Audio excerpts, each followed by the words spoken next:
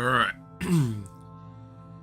Hello, and welcome back to some, I don't know really even how to introduce what we're doing. Hope everyone's having a good day so far, hope everyone's having a good one. Oh. Hey, Clap, how's it going? Yes, Minecraft soundtrack. I saw something and I just kind of felt like playing the Minecraft soundtrack again. Just in the background. The problem with it is, admittedly, sometimes it's excruciatingly quiet. So you only get like bits and pieces from time to time. But I'm feeling it. I'm feeling it today. Just can't wait for like cave noises to come in and we get freaked the fuck out.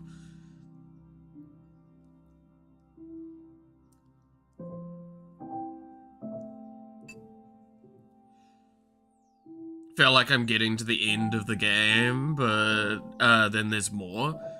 I have a theory of what was going to happen, and I'm not going to talk about the theory because again, we'll leave that till tomorrow when we actually play the game. But I had a theory of what I thought was going to happen with the game, and I'll say what you've said loosely confirms my thought. I'll leave it at that. Like I said, it's that range of like, I don't want to say it because then it feels like there's a level of spoiler stuff going on in general for that, so I'll leave it. Yeah, no, and I appreciate that, Clap. Means you get to watch, me go through the rest of it and like go, damn, how did you do it that way? Yeah. So since last stream, I've been doing mostly a lot of programming work. There's a project I'm working on in the background that I just started like seriously working on that is really funny. I'm not going to talk about it because it's something I'm doing at like an extremely casual capacity, but it was because a friend of mine's been working in Python recently and they've been asking for my advice. So I've had to kind of like crash course myself on remembering a bunch of Python. The problem is, the last time I worked with Python, I did some very specific stuff. And that's kind of how I'm relearning it, which is probably not good, because it might result in something very dangerous in the end. Which will be very funny. We'll see. We'll see. You're actually doing stuff off stream? I know, right? Crazy. I haven't actually done like much art off stream recently. Outside of, like, Essential. I did do one thing yesterday that was art-related that wasn't, like, work, technically. I did actually finish off a splash art that has been, like, in the works for ages for the game. Because I decided to do something I probably could have delayed on, but it was just something I kind of wanted to set up, a very basic thing to test it. And it worked out quite well, actually. I'll be honest. There's a lot of things at the moment. Like, I had a whole list yesterday of things to get done, and I crashed through them in about 2 hours. And I was like, well, I guess I'll do some other stuff. Made another list, kind of got almost 90% of that done. The little bit that I didn't get done is, like, literally one of the only things I haven't gotten done of the things to get done is Mume's ult. And that's because I decided to make something in it that's going to be more complex, so I've decided to not touch it for now.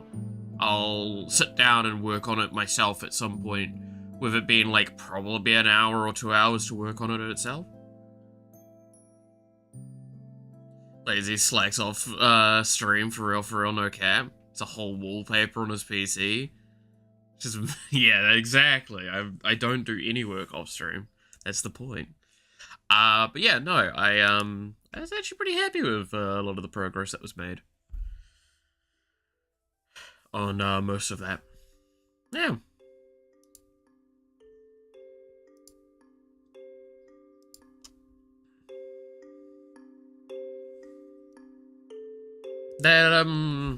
That was quite surprising to me, honestly. I actually had a plan for today, and I'm trying to fucking remember what it was. Like, loose plan, admittedly, but a plan nonetheless. I don't know. Huh. How do you not stream yesterday and do zero work? I know, yeah. That always, like, I love that joke, by the way, so fucking much, because it's just like, both you and Devil have had times like that, and I'm just like, man, I really ain't allowed a day off, huh?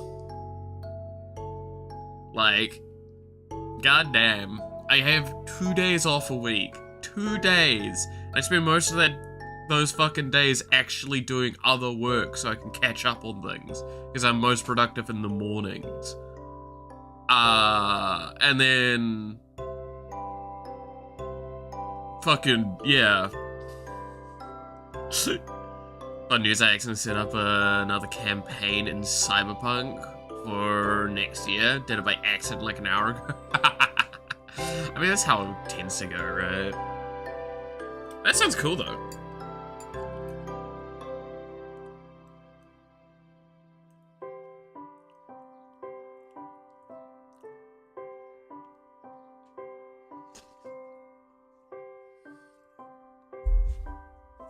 I just scrolled up and both did it back to back. Yeah, no, it's just funny to me.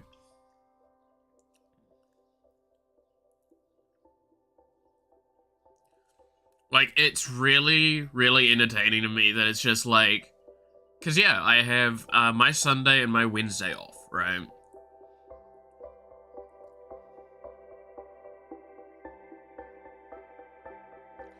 It's like, god damn it, I just want to fucking take a day off, my mans. I like the idea of sleeping in, and when I say sleeping in, I mean literally sleeping in till like 7 AM. Yeah, fucking whatever, even though I barely do that at the moment, but point is... Because remember, stream starts at 7 AM. I like the fucking, like, primal desire to just not get the fuck out of bed. I could be awake for like 5 hours. I don't give a shit. I want to lie in bed till like 7 AM, nearly 8. And I'm like, I'm just watching YouTube. Like, fuck you.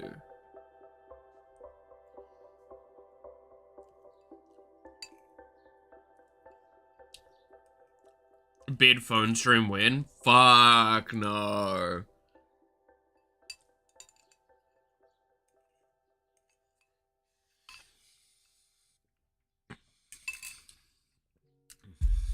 I may be a hoe, but I ain't inviting all of you into my bed.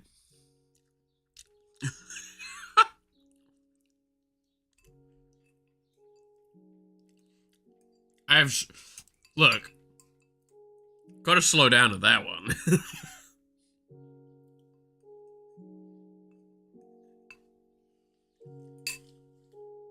Sorry, I was just finishing off a little bit of breakfast. Because I have had a very slow morning today.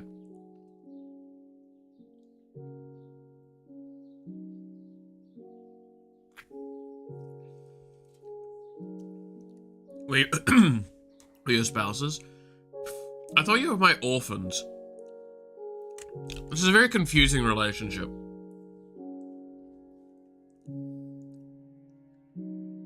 Malice harem now? God damn it.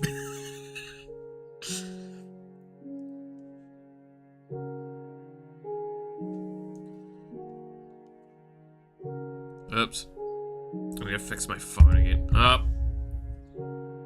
That's right, I repositioned where the microphone is. So now I have to be a little bit more careful.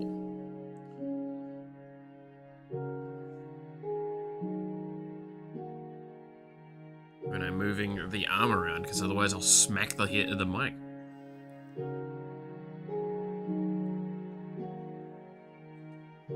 No one said orphans can't be married. Said every Dojin ever. Yeah. True. Yeah. What am I talking about?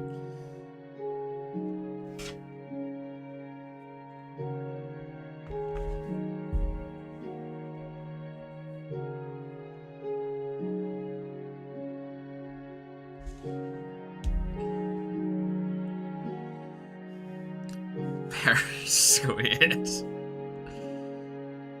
God damn it. Okay, let me... Oh boy, I just remembered something. I have some topics for today's stream. Y'all are not prepared for some of the topics I found between, now and last time. Genuinely, I'm not prepared for them. You know exactly which tag I'm talking about? Oh yeah.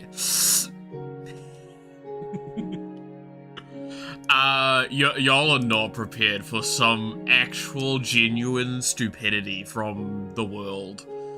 Like, I was not prepared. I don't see how any of y'all will be prepared for this shit.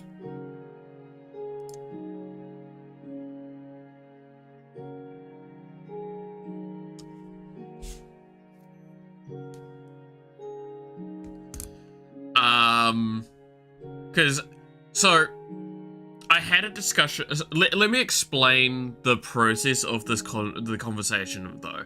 So, I had a discussion topic, right? That I set aside, I think it was yesterday or something. And then a survey report came out that was in relation to it, and it fucked me up because now it makes it much bigger of a discussion. You have topics? Yeah.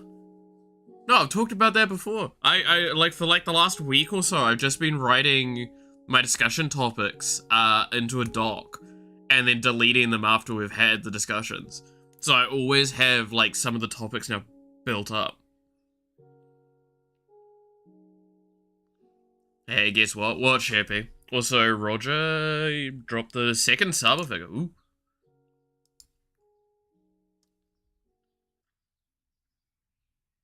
Hell yeah.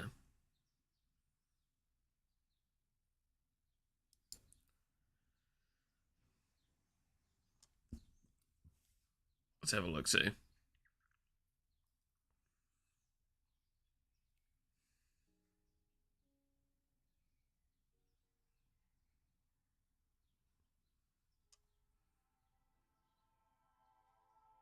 Oh.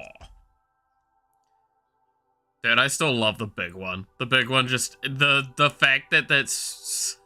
It's just so funny to me.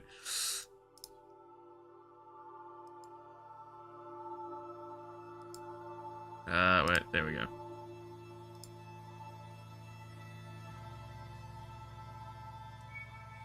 I had 2 meals yesterday. Fucking nice. Hell yeah, my brother.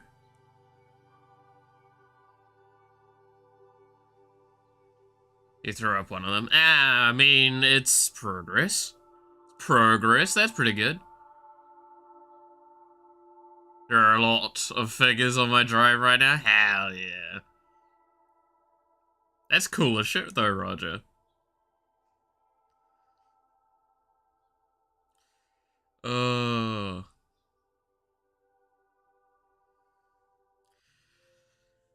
but no, I'm glad that, like, that worked with your Sheppy. Like, sorry, I'm now doing the stretchy thing because I noticed that my back.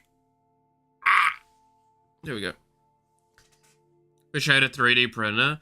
I mean, I know like 3 or 4 people that live near me alone that have a 3D printer, let alone the multitude of people I know overseas, especially now, that have 3D print. It's becoming a lot more commonplace. It's pretty cool. I mean, I stand by. There is an eventuality I'm gonna probably want to interact with 3D printers a little bit, but like, The main thing I would long-term want to do with a 3D printer, I have to do myself, is the thing.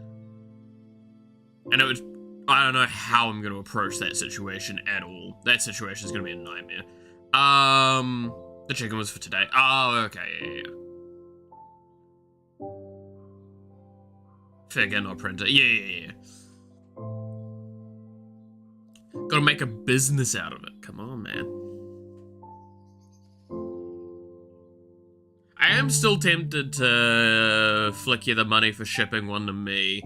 I just genuinely not had the money, Roger. That's literally the only reason I haven't reached out.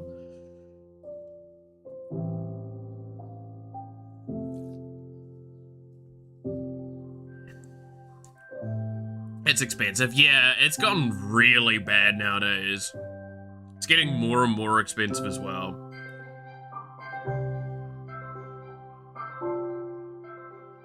Which makes it quite the rough time. No, I wanna breach a topic, and you know what? This topic is going to inform what I'm drawing today. What is the canvas size I want to work with? Justin fees by weight? Yeah.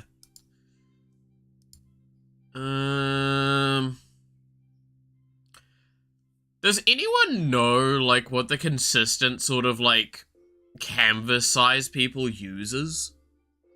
That's something that's always, like, bugged me, is I've never known. Sell my liver, kidney, and spleen to have enough money for a printer and not even have enough of the materials to print with it? Yeah. That's why I say, like, it is ultra long-term goal. I would like to get a 3D printer, but, like... Okay, so I think I've talked about this briefly before. I'm not sure. But... So... If I go all the way back to when I was, both younger and, like, in university, stuff like this, right? Like, how a lot of people... So there was two directions, primarily, that people thought I was going to go into, since I was young, right? Ironically enough, computer engineering was not very high on the list of what people actually expected from me. Kind of. It was something that was expected to be a subset of what I worked on, right? So, one of the primary ones was going into art, right? That was a very big expectation, since in primary school I was getting pieces put into galleries and all sorts of stuff, and, like, I was basically allowed by the school to skip classes to go do work on art. And I did really, really well with that. But we've already heard that song and dance. The other is probably a little bit more surprising. So, again,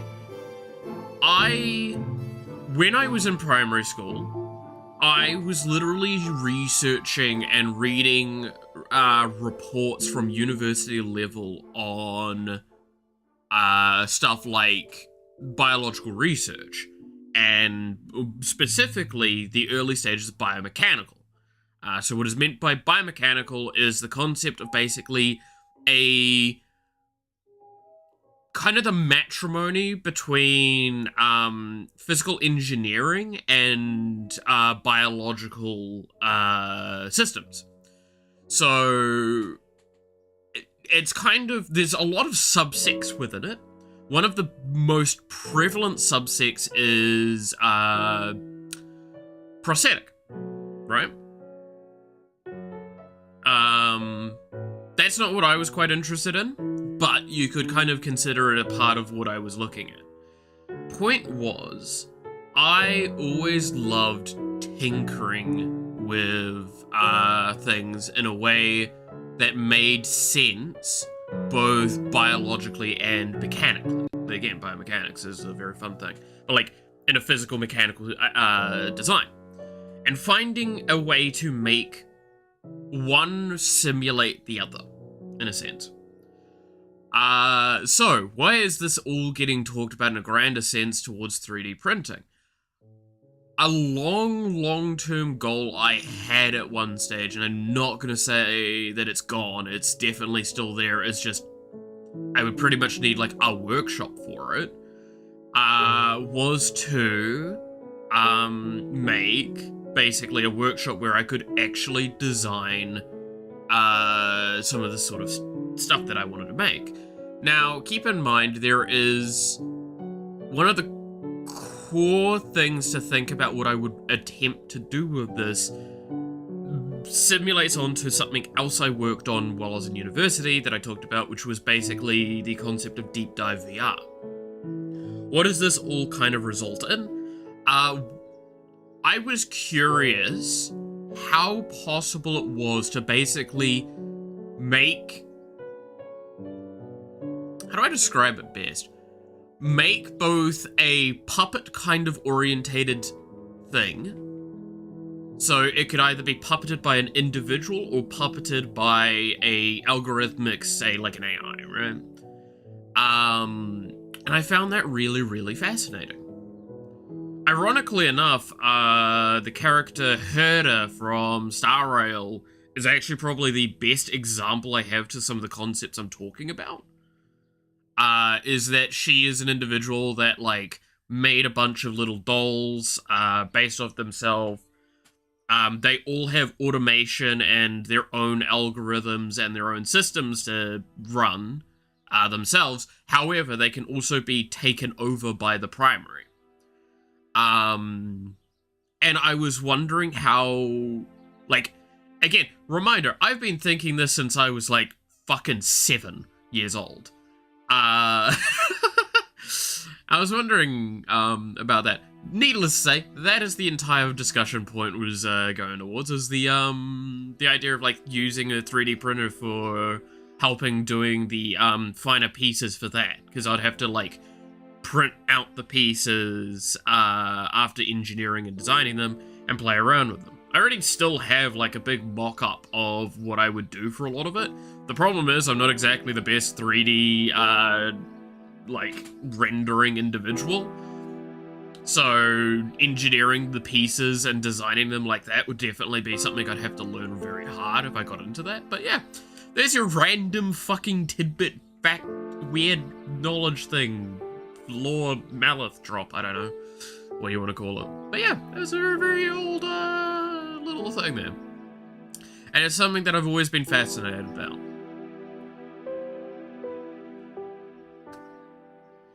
So yeah, no, I basically want to make Terminators. Alright, moving on.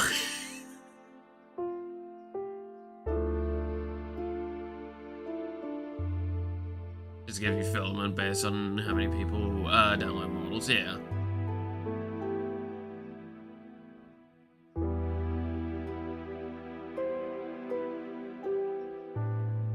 No, I like the idea of, getting a 3D printer, though, one day, for that sort of stuff. That and Warhammer, because god damn. I mean, what?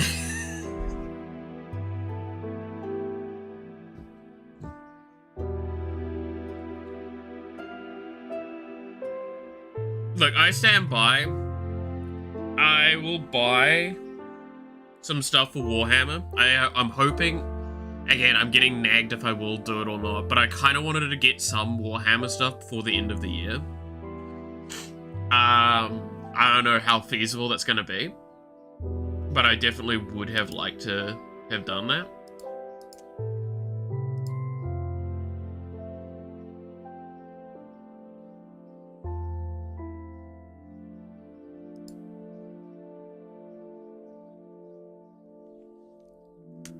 Right.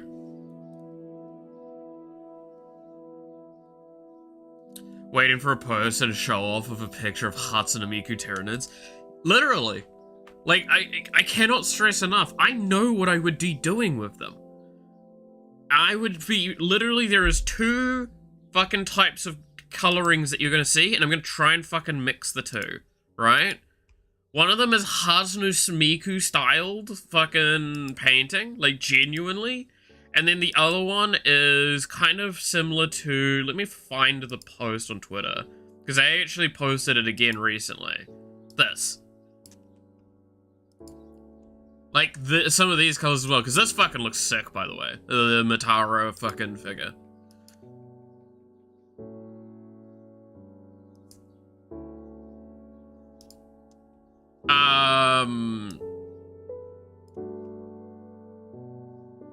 But yeah, no, I'll probably paint, like, a lot of it VTuber and VTuber related a little bit, with a couple of the, like, big character units primarily. But no, it will be mostly, like, Hatsune Miku.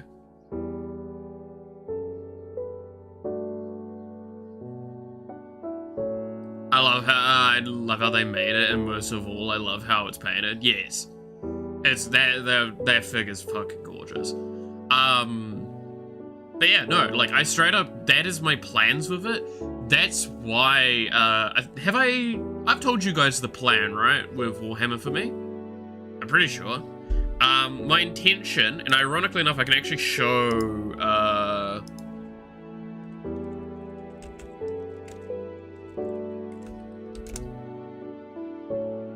just double check this doesn't just show my address, the moment I fucking open it up.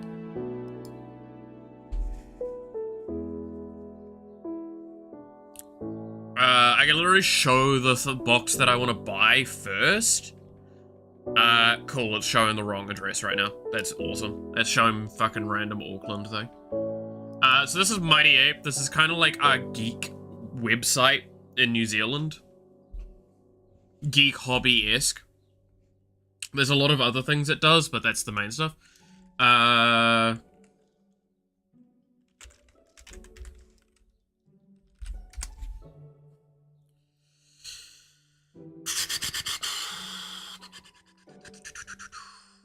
I mean, long term, it's get a combat patrol and get the thing that's coming out for Christmas. Those would be definitely the best case scenario, but...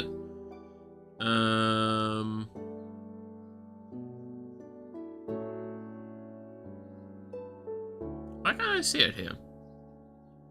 It's basically one of these, but with termagants. So I want to buy that.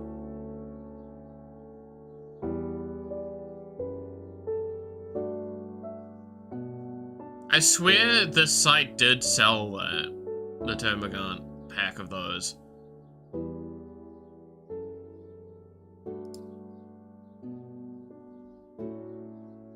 But basically buy a pack like this as testing. Test how to do the visual design of it all, and then from there, buy, like I said, either the combat patrol, or the Christmas thing, and then kind of like paint in that style from there. That's my intention.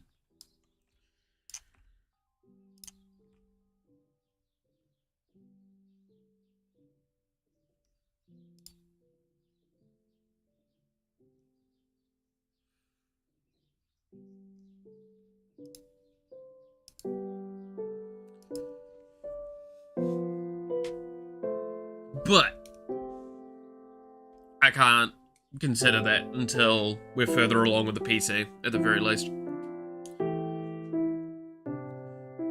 Like, I don't think I'm gonna touch Warhammer until we're far enough with the PC build that I can guarantee doing the PC build with, like, within the, like, weeks, basically. It's like, I will probably buy the Tyrannus thing as we're finishing the PC parts.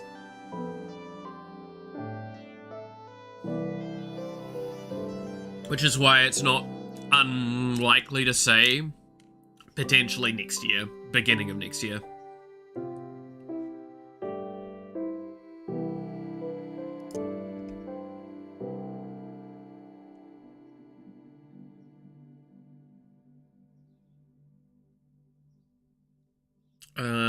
Let's see, I need to find this. I keep thinking of Senku from Dr. Stone, but on steroids when I hear about the genius kid side of you, old man. It's a weird one to, like, think about, because, again, it's just, like, put together everything you've heard from my past, and my past is weird to think about. Like, even I look back at my past, right? And the fact that I had, like, very thug-like things go on in it, very, like, again, I was very rebellious in a lot of ways, but I was also, like, all that stuff. Gifted kid syndrome is often undetectable once they grow up. Yep. Anime protect. It's so weird. And, like, it's one of those things that I would have never considered super, like, abnormal like I do now at the time. Right?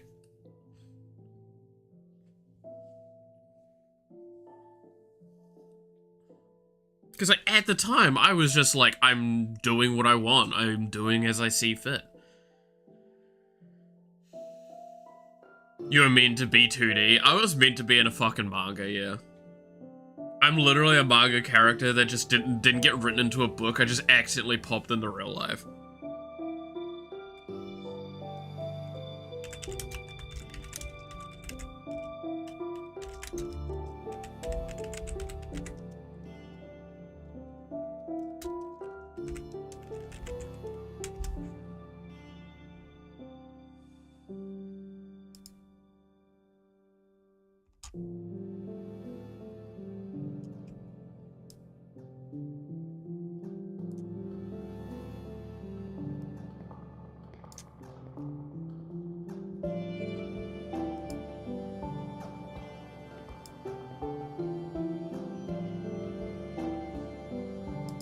Alright,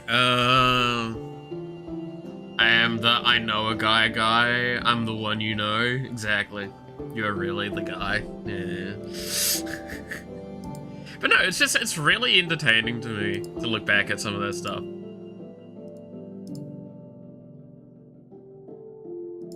Like, you guys know what I mean, though, because I'm sure, like, this is something that other people have done as well, where, like, they've retroactively looked back at their past and they're going, like, that is so weird that I did that. Right?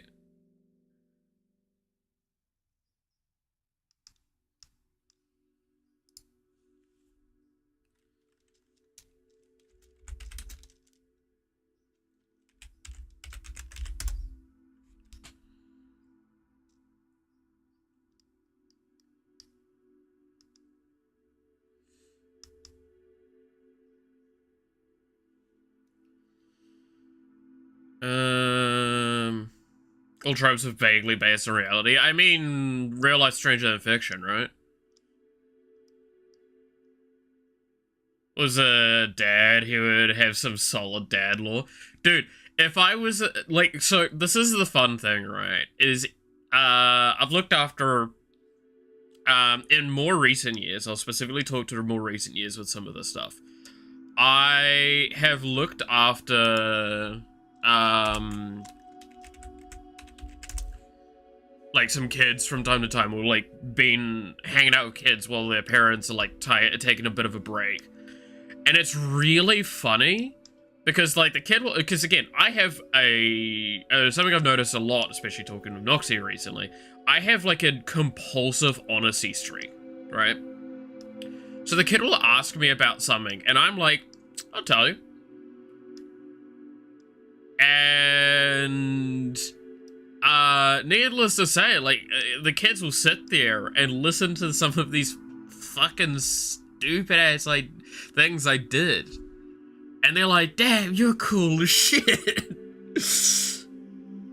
Did you cheat the magic? I have not sat down and taught any kids magic for a while. Actually, no, I've never taught someone younger than me magic.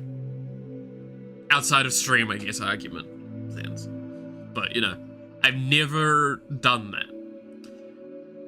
I think the thing that fucked me up the most was how often I would go, when I was going to LGSs and stuff like that, how often I would go in and I would be the oldest person at the table, and, like, everyone's, like, in their 20s and shit, and I'm like, fuck!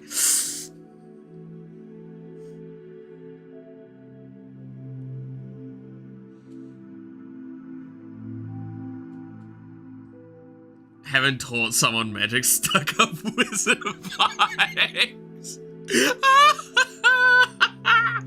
Oh, that's actually really funny. I like that a lot. I like that a lot. I don't know why that's so funny to me.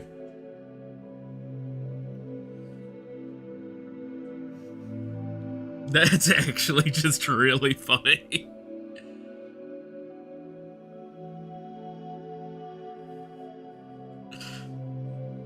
So this stuck-up wizard over here, fucking asshole.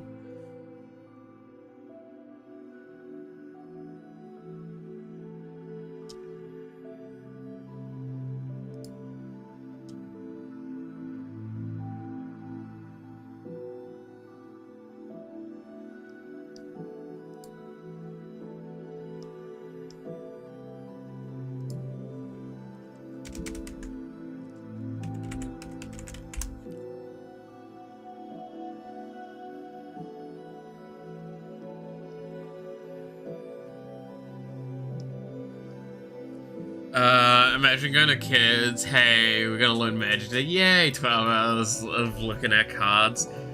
That's... I'm gonna be real with you, right? And this is gonna be like this kind of big thing. If I say I had kids, right? If I had kids, keep in mind, one of my daily routines at this stage is while I'm winding down for the day, I'm looking at magic cards.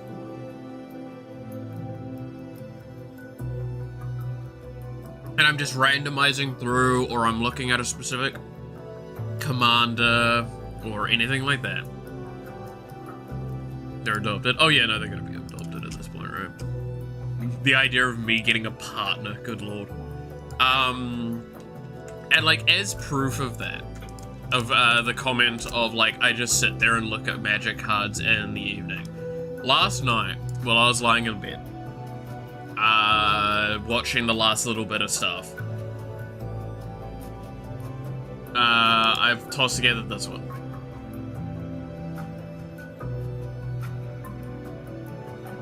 It's like, as much of a on a budget side as I could kind of keep it. Funny, Miku elf deck. Mono green Miku elf deck.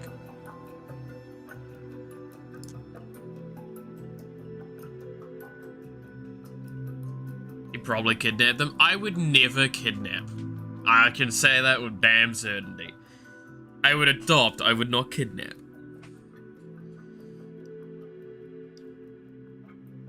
Hey now. I commit war crimes. I don't commit crimes like that. We gotta get our standards straight, y'all. Come on.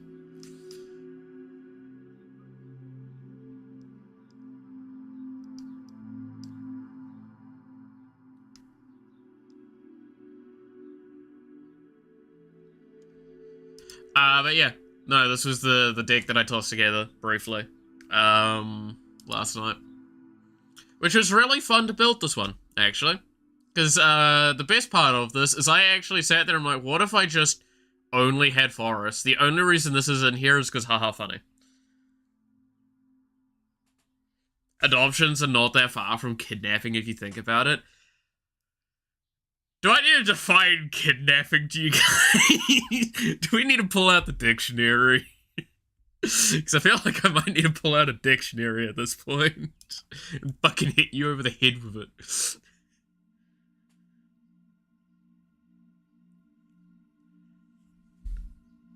Kidnapping, right, is when you, without consent of probably any parties, or knowing consent of any parties, take a child into your own custody.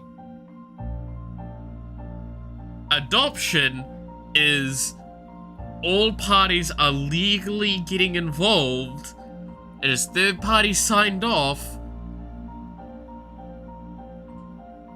and you're fucking probably paying money out the ass to pick up that child. The child consent, yeah, it's, in my understanding, in almost all adoption architecture, the child's consent does actually matter. The parent can choose a child does not mean that the child gets the choice outside of birth adoption, right? So this is something that I think exists in New Zealand quite a bit. It's main form of adoption, to my understanding. You own a kid, you don't fucking own the child. You don't own human beings. You can't do that anymore.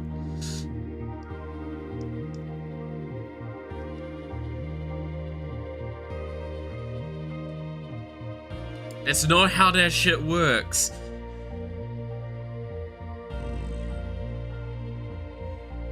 Fun fact, a child legally can't consent, they can only dissent. Okay, technically I think you are actually correct with the statement of, like, they can't truly consent because, the thing. But I believe that they can, it's the other way around, right, with how it works?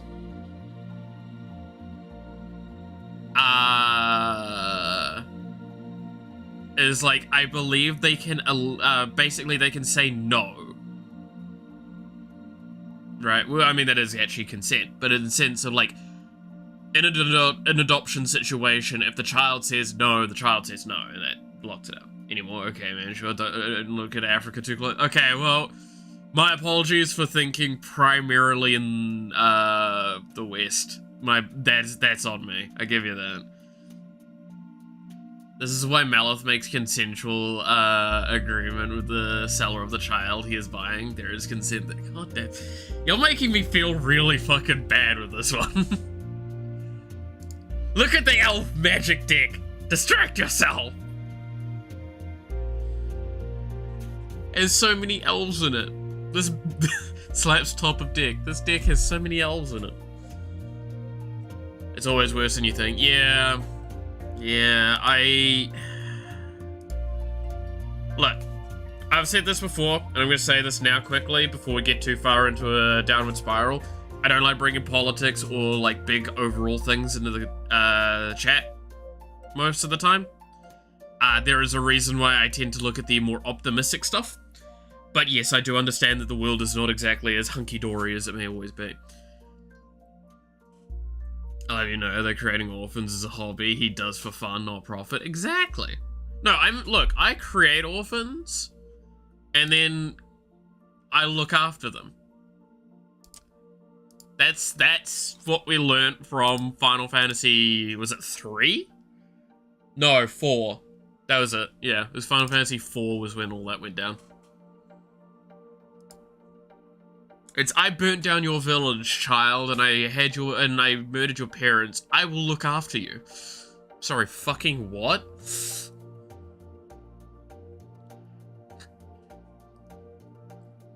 Malith goes up to a child coming out of the, movie theater. Hey kid, do you want to be Batman? Oh, hell yeah! You also murdered orphans? I murdered one orphan, okay? I murdered one orphan. 2 orphans. Yeah. Well, technically speaking, actually one of those orphans wasn't an orphan at that point.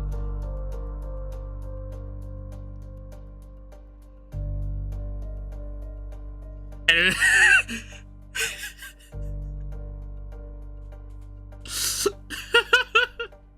yes, by the way, I am thinking this through. Because you could argue, right? You could argue that that kid we killed in the coffin of the coffin game of Andy and Lele, right? Coffin of Andy and Lele. Technically,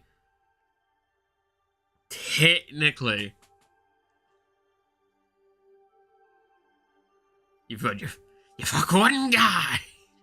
Correction, one sheep. Got you in New Zealand. That's true. But technically, that kid we killed wasn't an orphan at that point because their parents were still alive. We just sacrificed their souls.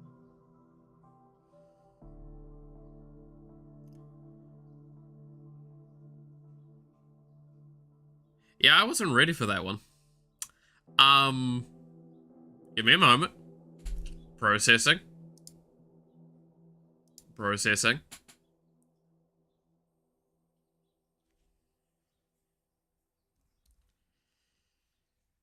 Okay, damn,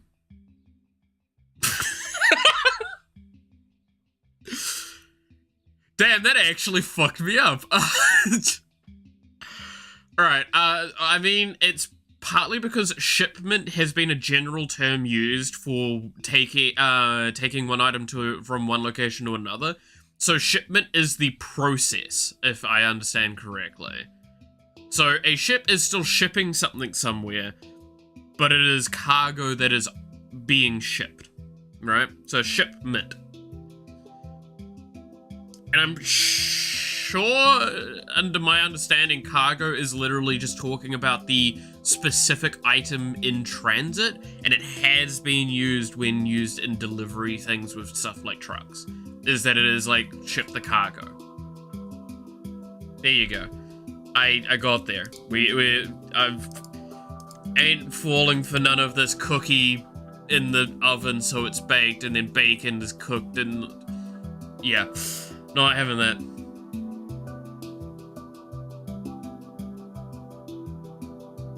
Let me drive on this parkway, but park on the drive. The fuck's a parkway? What? I've never come across that word in my life. The fuck's a parkway?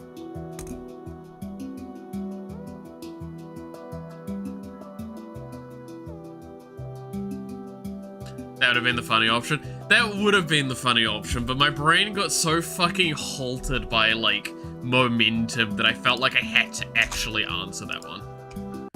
No, are you ready for a topic that I was not prepared to, like, have as in-depth as I wanted to, right? Any major road is called a parkway.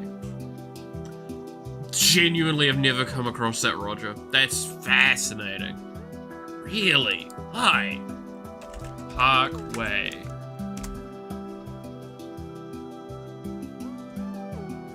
Parkway is a landscaped road, often one that connects to a park or is set within a park like a corridor, and frequently excludes heavy traffic. The term can be also referred to shopping centers like Parkway Parade in Singapore, Parkway Takeaways in Wellington.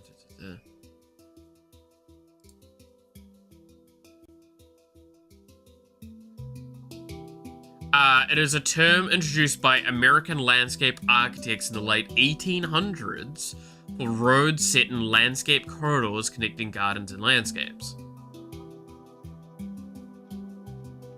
Interesting.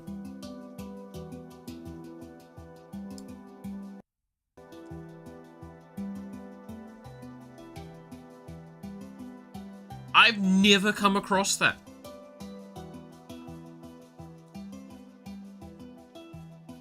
Oh no, you know the word I think we have for it? Park drive. Don't ask.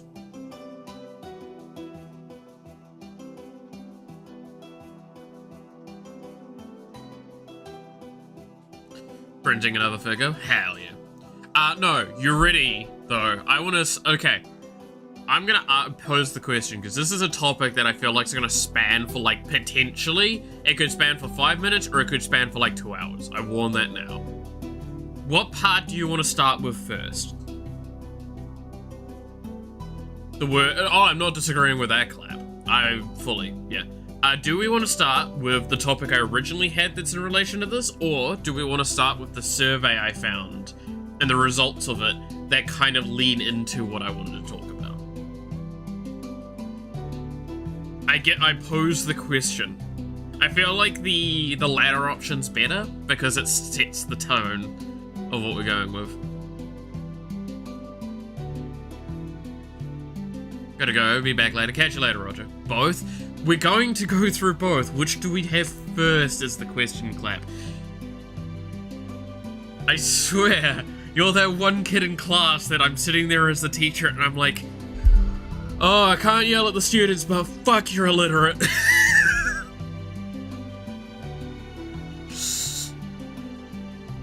Don't be surprised if I'm low contact next week. I'm doing 12-hour days of schooling. Ugh.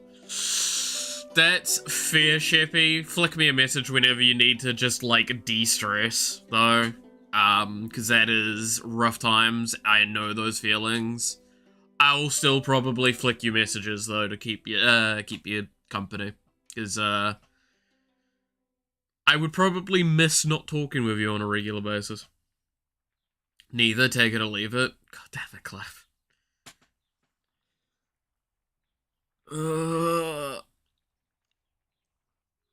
One or two, people choose. Or I'm gonna just pick two.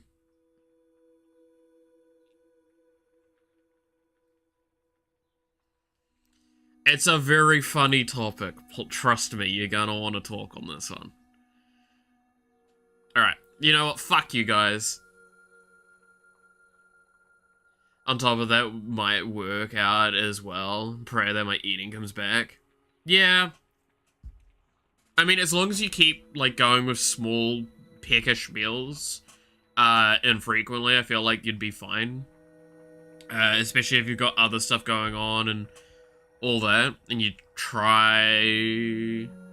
It's because, yeah, I think focusing on, like, tasks like that tend to help, too. Alright. We're gonna go with the fucking survey, then. Because I do think the survey is the better lead into this. So, I read there is a survey that was done on high schoolers. And this is something I was not prepared for. If I told you there was a survey conducted on whether an individual themselves or someone they know has had a romantic relationship with ChatGPT, what do you think the ratio would be on that? How high and or low do you think the ratio of 1 in X number high schoolers, according to a survey, either have had themselves or know someone that is has had a romantic relationship with ChatGPT?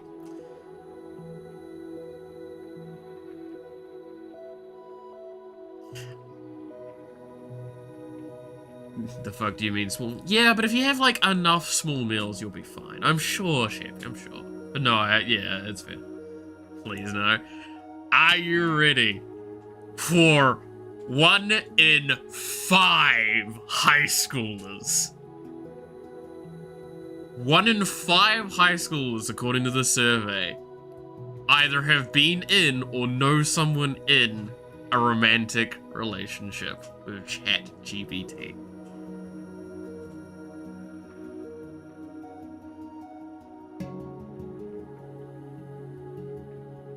One in 5. That is 20%.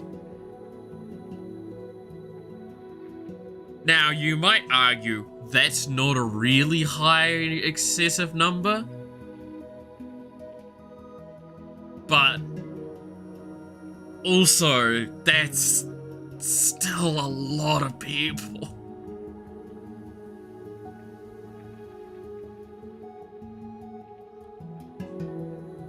That's...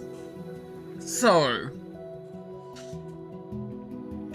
1 of 5 kids getting involved with that ChatGPT puss, I guess. It's a lot less than expected. Thinking about how new ChatGPT is, we're talking last 5-ish years, and how not as accessible as it, accessible it was early on as well. Like, keep these, like, factors in mind, right? It's been around for about 5 years. It was only really been easily accessible in the last, like, I want to say 3?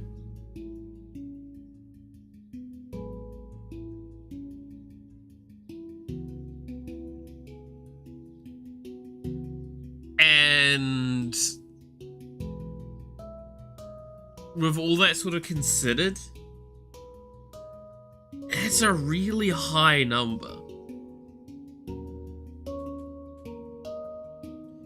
Now keep in mind as well, surveys are always, like, skewed in some regards. I don't know, I didn't double check the sample size, so there's an argument that it could be just one high school, or it could be, like, an entire district, or it could be an entire, like, country's worth of things. I doubt it's that many, but, like, it wouldn't be surprising that this number's probably higher than the average.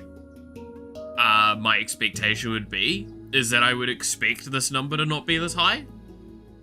I would expect it to be a lot less on average. But that's still an insane thought, right? Because keep in mind as well, right? This is the thing that we need to consider. If you're a high school student, how likely are you going to tell your friends that you dated an AI? Right? So the vast majority of these people doing the survey about this, most of them are probably the ones that actually had the relationship.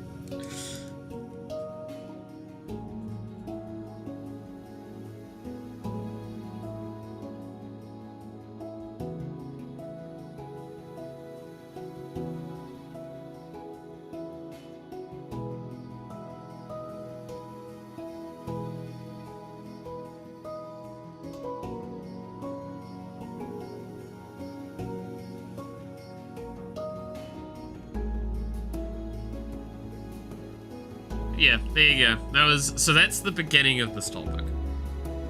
So now that I've, like, set the groundwork for this discussion, again, I want to stress, that survey popped up this morning on my, like, feed.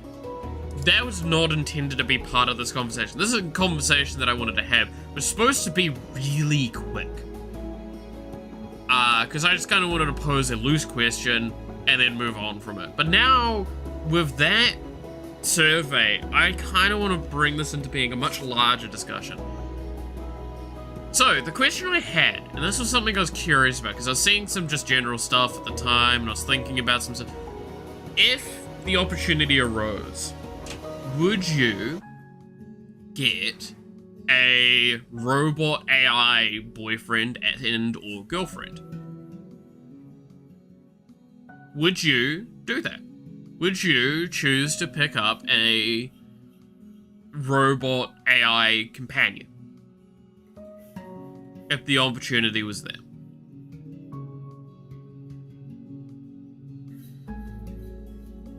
It was something that I found really fascinating to think on, because the reason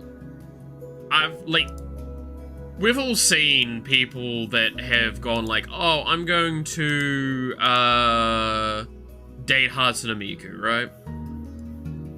We've seen that a number of times. And generally stuff like that. Yes, but I would seek a human companion. See, it's a fascinating one because, like, I've sat there, right? And I think that there is no true substitute to human interaction. Especially with how, what ChatGPT is not a good example of what we're talking about, by the way. Because that's a generative AI. A generative AI's foundational design is to always, like, respond in a way that's, like, mimicking, right? Now, there is a fine line between some of that and more, like, actual artificial intelligence, with, like, LLM and shit like that. Like, proper setup systems.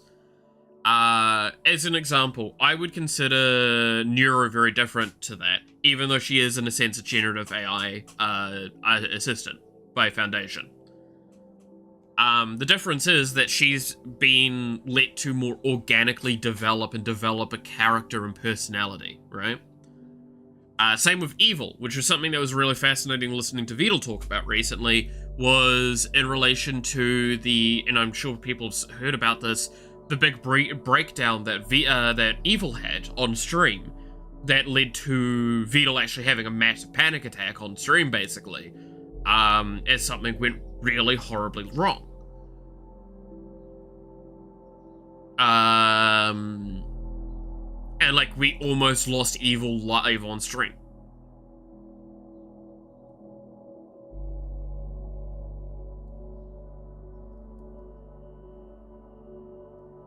Now, yeah, Evil had the location, some location, errors location. Exactly, was the thing. Location, location, location. So, again, those two AI, this is really funny listening to, well, not funny, this is very interesting listening from Vidal, is that he actually explains Evil initially started off as literally a copy-paste of Neuro, right?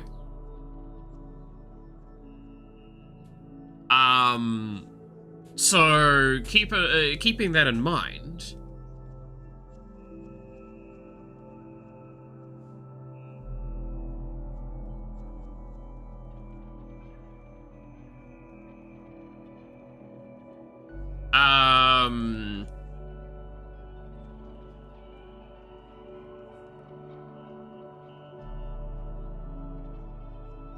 sorry, I'm also gonna start actually drawing now, finally.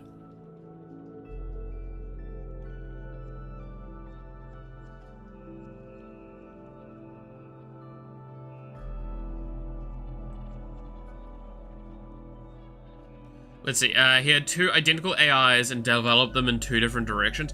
So he even said, technically speaking, he didn't develop them in two different directions. He gave, I think, some soft prompt work to Evil and then let her develop herself. So everything you actually see with Evil that's different to Neuro is actually fairly organically there. Which is why, like, again, I see that very differently. So we're talking about that sort of AI work, right? We're not talking about ChatGPT, generative AI. We're talking about an AI personality that actually develops and is organically developing and all these sorts of stuff. Would you want to have that as your companion?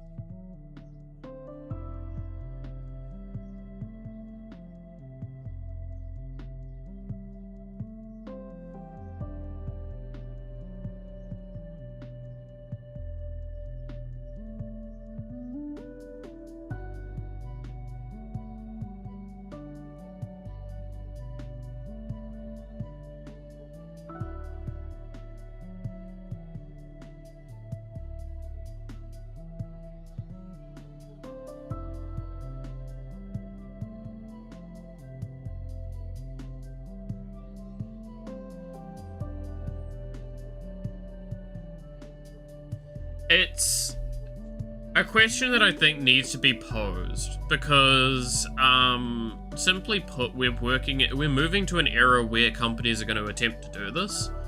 Now, whether or not I agree with how a company is going to try and do it, I very much don't think I would trust corporate with this stuff because they're going to do it in an exploitative manner.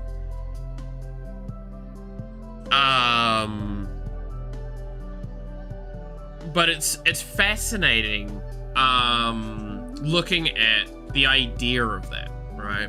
The general idea that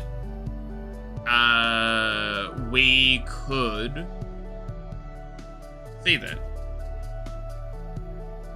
Because I think what Vidal has done is both amazing and terrifying. Because it set an expectation or a showing of what could be done and what some people actually probably want. The problem is, and this is a very realistic sentiment, people underestimate how much Vidal has to do constantly to maintain these individuals. There is a constant effort of maintenance that goes into ensuring the functionality of these characters. So the question becomes, how do you automate that, I guess, and how does that lead to what you've got with these characters? And the reason why I'm talking about this topic as much as well as I can is because pure and simply, going back loosely to what I was talking about earlier,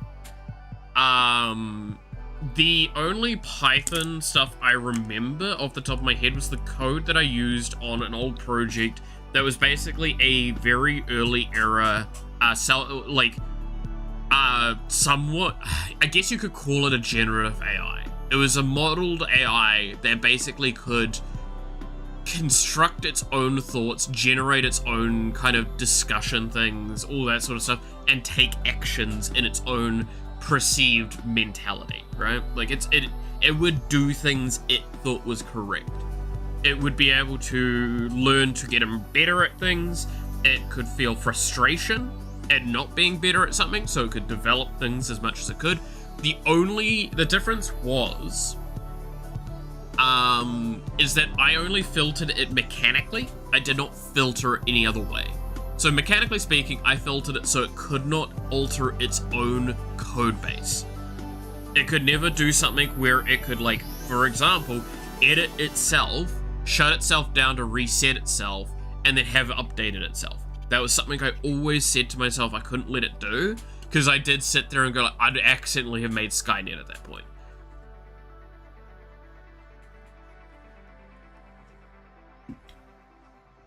A system like that cannot continuously develop and improve itself. And I did not engineer it well, which is why it eventually died. And it died hard, by the way. It died very, very disgustingly. Because basically what happened was I stopped maintaining it. And what you basically saw with Evil isn't actually this similar to what happened to it. It basically got caught in a feedback information loop, and it just kept cycling, and it couldn't get out of it. And it would basically just keep repeating a certain action, till eventually it just crashed itself upon anything. And I was like, I just can't be asked maintaining this. And the damn thing has gone batshit insane, so I kind of am happy with seeing it die.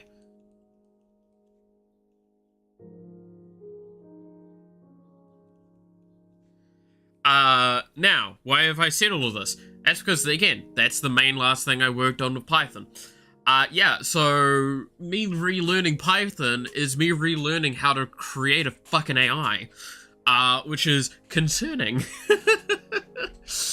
Because I'm like, I am actually, while making it again, I'm like, just thinking about, oh, I better not have it go that way again.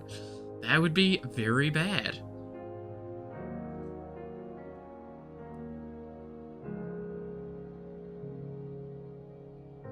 Is that kind of right?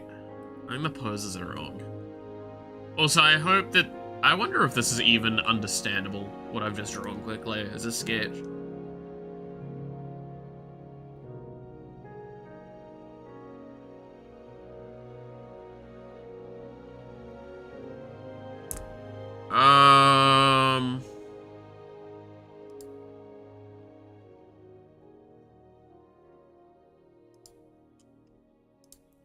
But that's why I say, like, it's a very interesting sort of topic point to look at with whether or not this is something that we should even move towards. Let's say one dude ordered like 16,000 cups of water from an AI drive-thru and it crashed the whole system of the restaurants. The corporation started to reconsider putting AI in their locations. Yeah, because it's extremely abusable, right? This is, again, the mistake that's being made is how, like, removing the human aspect of a lot of those things, you mistakenly think that you're streamlining the process. However, the outliers become more and more problematic. I could probably go up to an AI, like an automated system, at one of these sorts of places and break it within like 4 minutes easily, like 4 or 5 minutes, right? Fuck, even a minute if I'm really keen, if I knew what system they're working off. It's not hard, and that is the problem with these systems. It is not as universally beneficial as one may think. You don't just get free labor, right? There's a competition online to see who can convince the AI to delete itself faster. Okay, I like that. But it's the biggest mistake that you see with these corporation things, right? Is it's just like, hey, I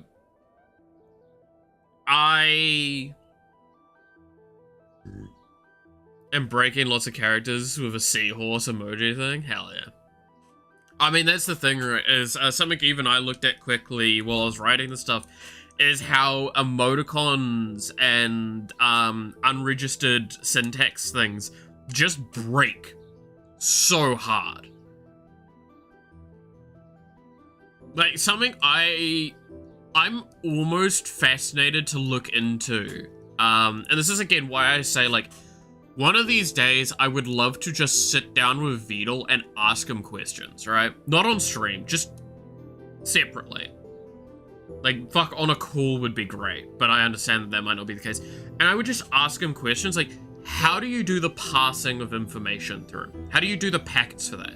Because I can understand a couple of ideas on how you would do that, but like, how have you engineered it able to pass these packets through, and at what limit are the character types? Because, like, have you denounced every character, or does it recognize when a character it doesn't recognize comes through, and it, like, auto-adjusts to that? Or does it just ignore that? Like, what does it do in that case?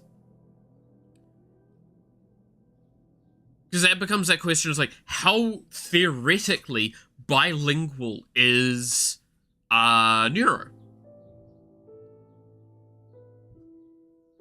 Is she natively bilingual, or is there an, like, or does that need to be a plugin, or does that need to be this or that? And this becomes this really intricate question of, if one of these AI was left alone, right? Like, you take a Neuro AI, you put it in a situation where it starts as English, but you only let it interact with, like, a Japanese audience.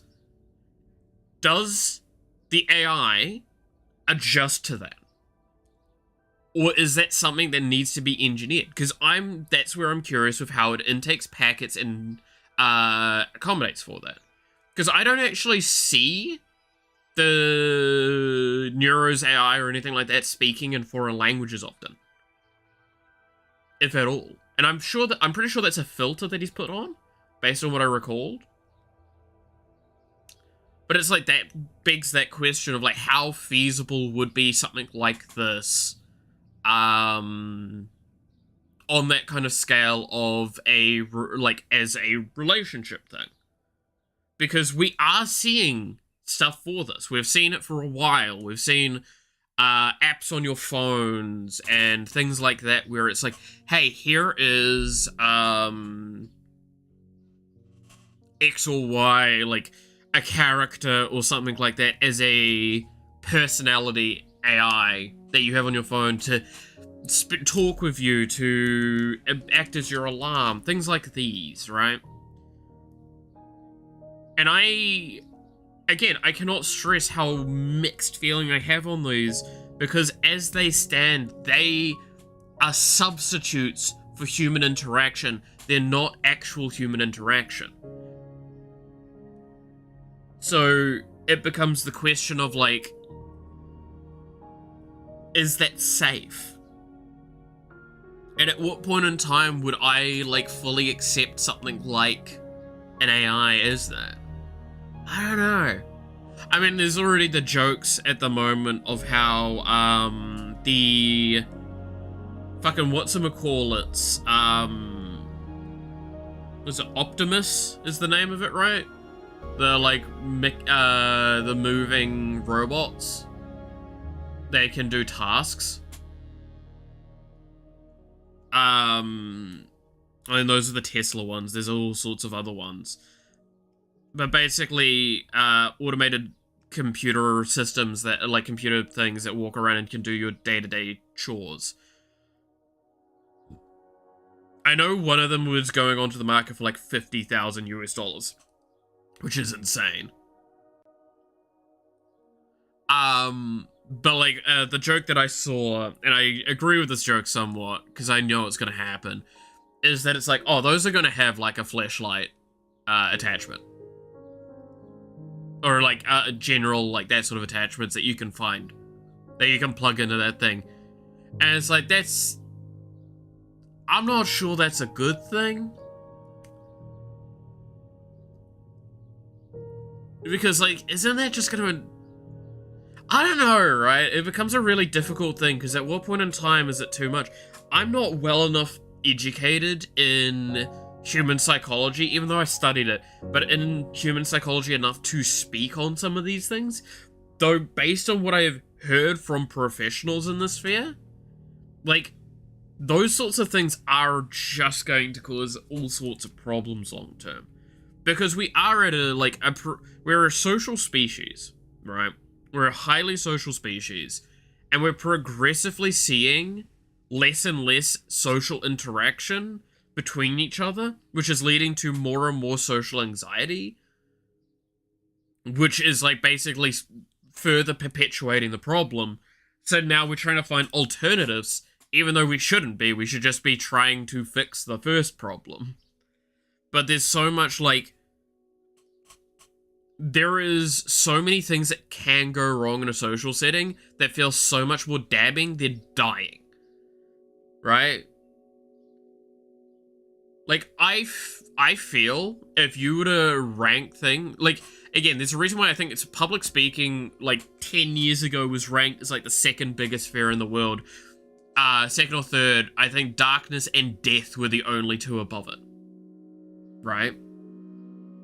Like, I'm pretty sure it would beat out heights, which is a surprising thing, because heights used to be a really big fear across the board. But I wouldn't be surprised if, like, social things are now higher than, like, the dark. Because I don't feel like people interact with the dark anymore as much. And don't think about that too much, outside of kids, I guess. But, like, I'm pretty sure everyone somewhat has some sort of fear towards that social aspect. And that's fascinating. I remember using ChatGPT to make choices of an RPG game as part of a challenge, and the AI degraded so bad it kept flagging its own responses as a violation of regulations on the site because it went so far, went into the villain role in the game. Oh, dude, I think that's something that I find fascinating with ChatGPT, right? Is, like, I've interacted with it a few times. I still play around with it as a tool to bounce an idea off, right? Like, I'll basically go, hey, here is what I want to do. Here is all of the information that I have that I am willing to share. What is your thoughts on this? And I literally just use that sort of mentality. I think one of the last times I used it was actually around the music that I was working on. And so I was like, hey, so this is the lyrics that I've currently got. What, like, tweaks would you do to bring it more in line with this? And it basically didn't do much. And most of the ideas it gave me, I used about half of them. Again, that's the rule of thumb, by the way, is that, like, don't use all of the things it gives you. When I was looking for... Actually, you know, one of the best examples I have for that is bosses. Oops. I'll see if I can find it.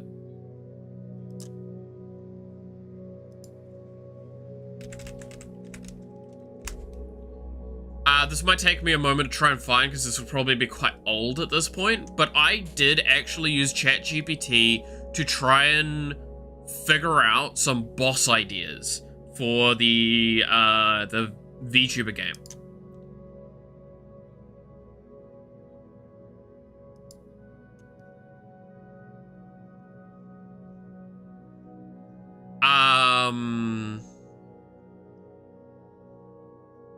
And I could not use many of them.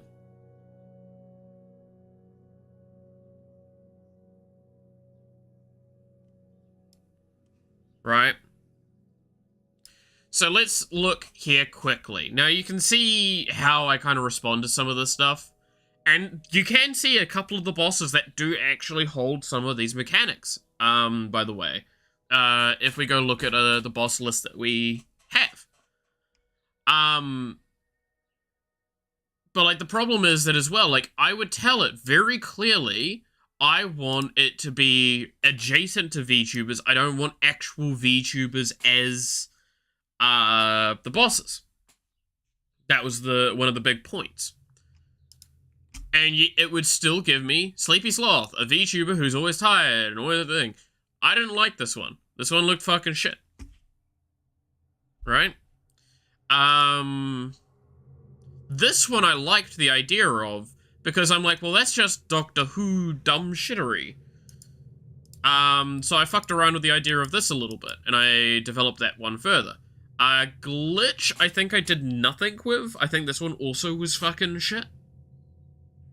Oh no, this developed into something completely different, but I think the idea came further down for that one.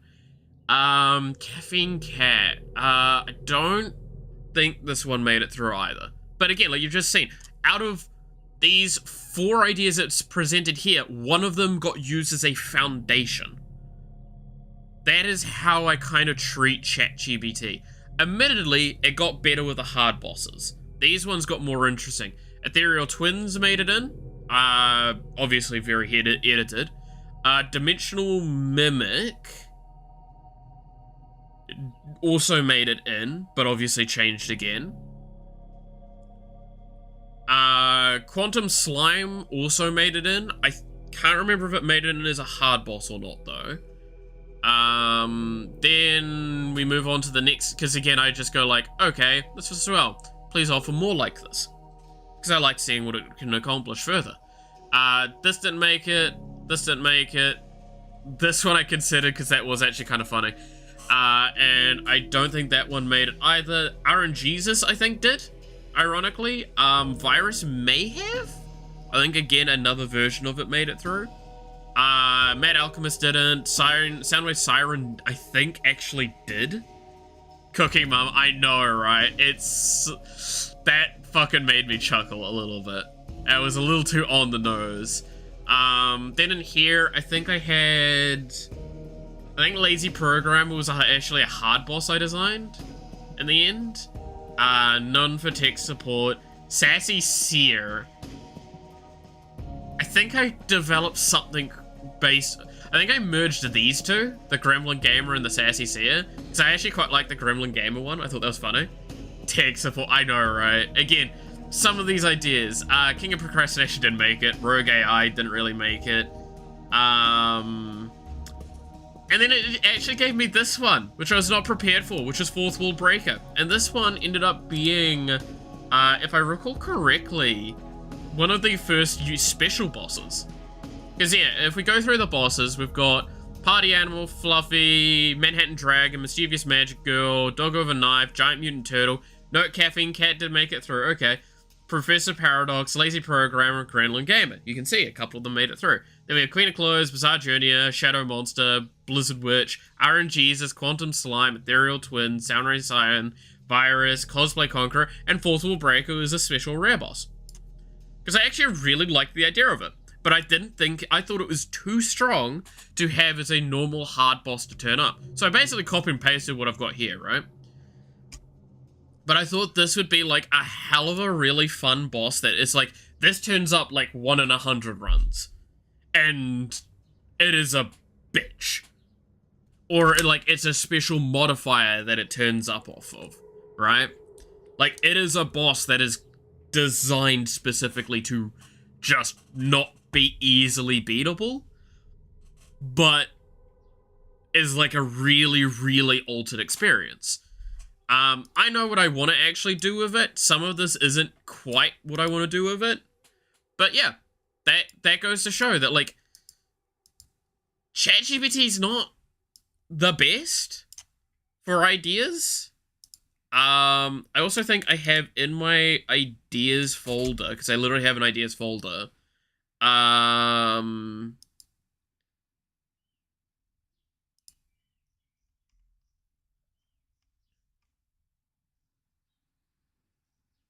Yeah, here was an idea that I had one day that I wanted to ask it, right? So, I really like stories and TV shows like Battlestar Galactica, Stargate, Universe, and Babylon 5. I like the gritty sci-fi with showcasing darkness and difficulty of life, high-stress environments. I was wondering if I should try writing such a story. While my skill level is slightly amateurish, I wanted to ask some initial ideas for this. So, then it kind of, like, was actually quite an interesting development that it came through with. So, again, welcome to how I actually ask these questions. You gotta word them really weirdly sometimes. Not sure this is quite what I wanted, but eh.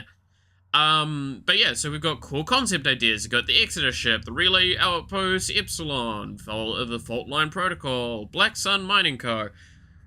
It played around with some very weird ideas. Some of this I don't think's quite good. I actually quite liked this one. And then it gave me some, like, tonal things and getting started tips. Stuff like that. Again, if you're looking for a way to get, like, a prompt for something, or just to help nudge something along, or just something that, like, when you've got an idea but you want to help with a little bit of refinement, or, again, the loose skeleton of the idea, that's where I see ChatGPT being useful. Right?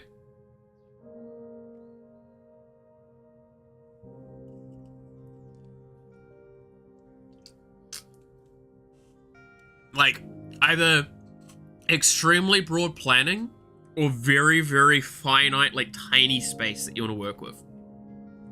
That's how I felt I saw ChatGPT work the best. Anything else, it always felt quite disappointing with that. So I'm using ChatGPT in this way, but I still haven't signed up for it, etc., so no access. I literally have it signed up via Google, I'm pretty sure. Like, it's not hard to sign up for. And I'm using a free version of it. I have not paid at all for ChatGPT, because I do not believe I should have to for any key features, because, like, the main features you get from buying it is you get, like, the art shit, which yeah, I've already expressed my thoughts on doing AI art generating stuff, right? Again, if I could make it do it only from my art, I'd be a little bit more willing to accommodate that.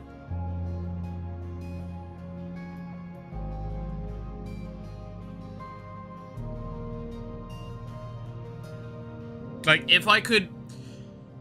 Again, I don't think I'm ever going to make an AI generate art unless I can ensure all the art that it's pulling from is from a folder of anyone's art in it has given an A-OK for that to be done to it. And that's likely just basically me saying it's going to be pulling from my own art.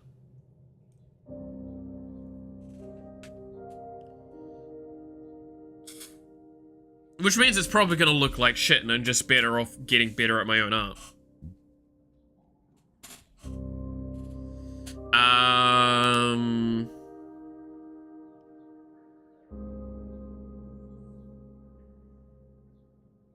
But that's why, like...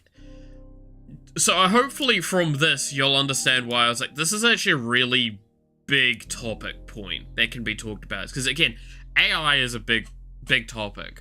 So the idea of people using it as a relationship thing, ChatGPT, I think, is terrible. That is, like, as self-fulfilling problematically as you can get of a choice, I feel. Just realized, why are you drawing Stickman Cowgirl? Is that how that looks? I guess I can see what you mean with that, yeah.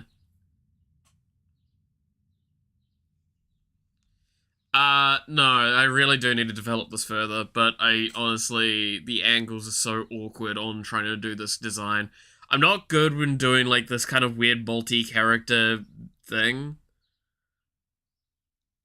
It's not lewd, though, by the way. It's not supposed to be, anyway.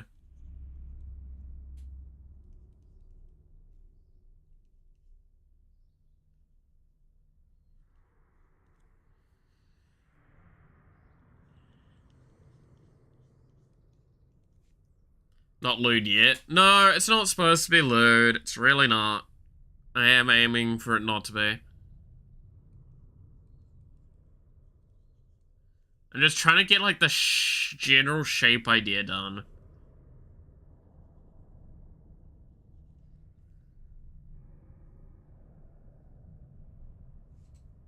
Just, like... The leg seems really long here.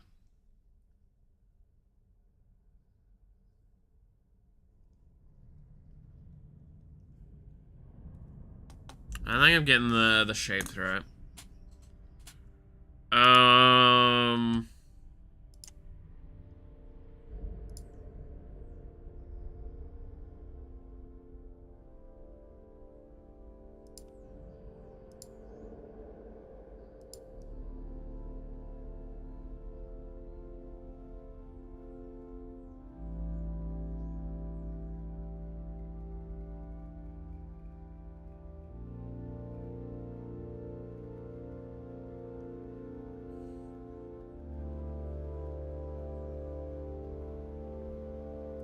Oh yeah, something that I found really, really fucking fascinating, by the way. This got brought up recently. I do agree with that, Clap. We will go back to the AI stuff properly in a second. So, recently, Finon's characters, like, demonstration of, like, the concept stuff got shown, by Star Rail, like, the Star Rail stuff. So we actually got to see, like, literally how they designed the character. This is so fucking fascinating, because you get to see, like, early on, this is kind of what they generally came up with, and these are the concepts that they pulled from. Fucking the baseline they used was Himmel from fucking Feren. Yeah, they actually used Himmel the hero as, like, the foundation for Finon. I fucking lost my shit at that. You know what's even better? You can't pull it up easily right this moment. But, like, if you actually look at these the art down here, fucking Thanos grabbing the goddamn moon and yeeting it at the... That was used as a foundation idea. Like, there's so many points in this concept and it's like, no, this makes so much sense. Fuck, even, Victor from Arcane is in there. Like, that one scene where he's, like, in front of the glowing light. And it's just him heralding the fucking thing. Like, which is literally the pose this motherfucker has when he uses, like, his ult. Like, it's actually insane when you look at it, how fucking on point that shit was.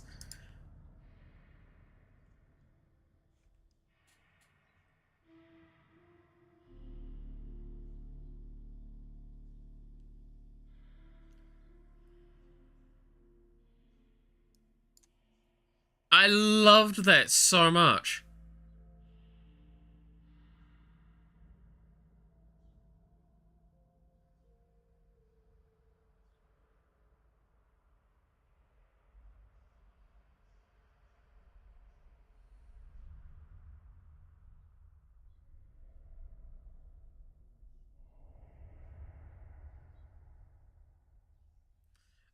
But yeah, no, I thought that was like a really fun thing to kind of share along with.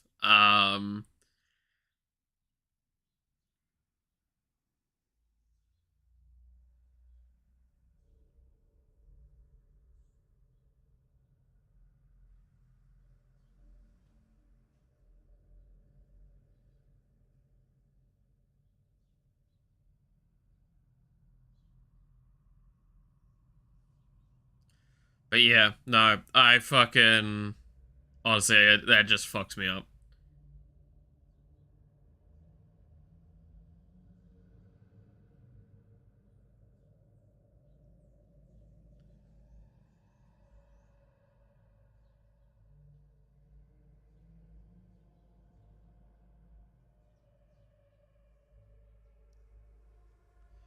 Where we go? Did the OST run out? No, it's just quiet. See?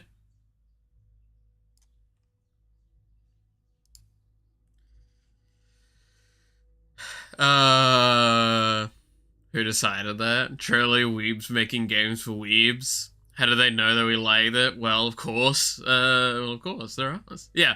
No, I love, that's one of the best parts of a lot of that stuff, right? Like, a lot of people shitpost when it comes to, like, Star Rail and Zenless Zone Zero, right?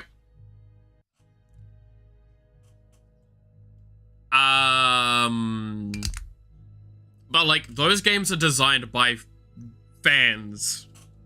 Like, massive nerds and fans. And that's what makes those games so much better. Now, admittedly, again, and I will iterate this to the end of days, yes, Zenless Zone Zero is made by gooners for gooners, and you cannot convince me otherwise.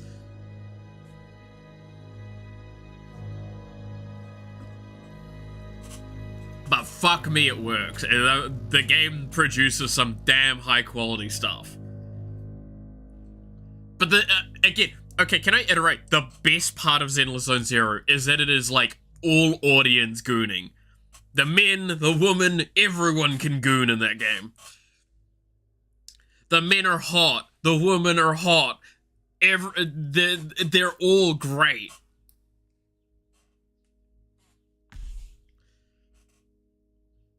And, like, they tick a box for everyone. Like, they tried to make a character for just about everyone, and that's impressive. Like, I would say Star Rail doesn't, like, make a rule to try and make that sort of thing. And that's what I kind of appreciate, is that they just try and make good characters, for the most part. Like, I don't think a single character's, like, lore-wise been disappointing in Star Rail to me. That is, especially a playable character. I'd have to think on, I guess Arland, but that's just because he never really got a chance to shine. He's a cool character, he didn't have much going for him, and the writing was a lot weaker at that stage, because they were definitely trying to find their ground. Because that's the first arc of the game, surprisingly enough. Characters are going to suffer from that. Aside from that, let's see. Because I would even argue, I'm actually blanking on her name. The actual lead scientist for Herta Space Station. She's fine. The one that everyone makes the Taco Bell meme for her ult. I can't actually remember her name. How dare I? I've not used her since, like, fucking beginning of game. Because her buffs were good, but, like, then I got actual units. Yeah, I can't actually remember her fucking character at all, her name. But she was fine. Again, it's like they just progressively improve. Because, like, the reason why I say I know they're not doing, like, the same approach that Zenless is, fucking Tribby. Tribby is a great example of a character that they did not design without it. Like, her fucking story is tragic as shit. Her character is absolutely amazing. And, like, there's no reasonable way that you can approach that outside of concerning obligations, I guess. Just putting that forward.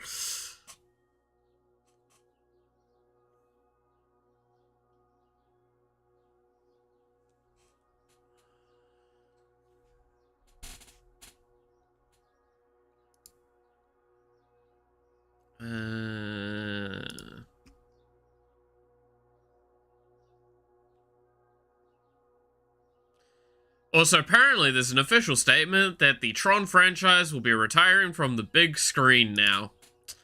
Thanks, Jared Leto, for killing another franchise.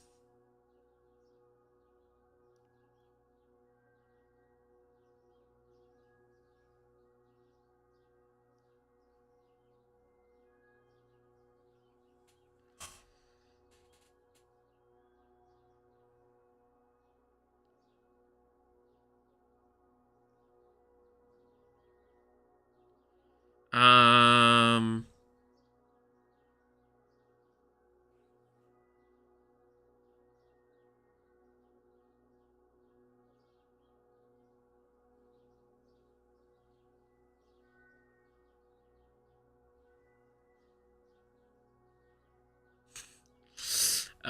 Da, da, da, da, da.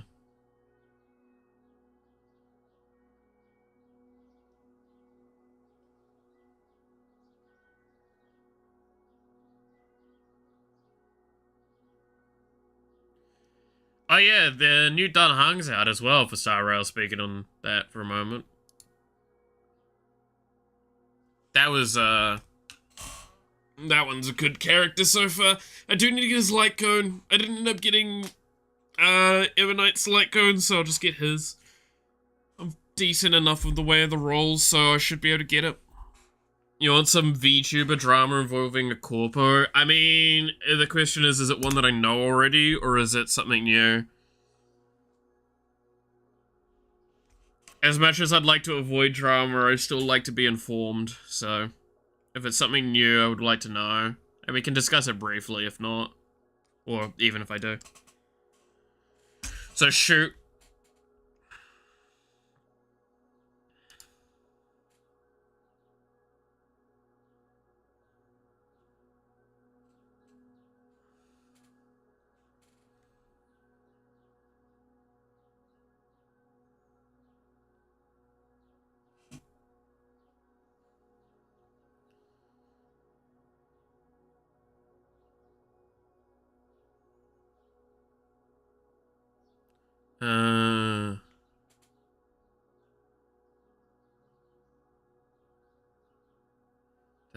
Where was I looking?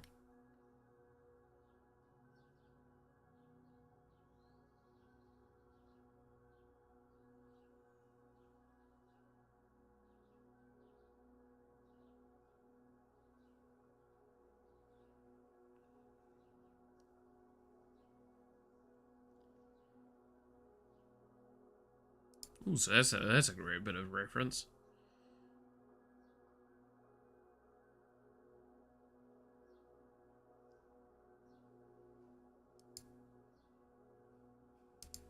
Okay, there we go. Alright. VTuber who is independent joined a corpo. Oh, I do know about this one.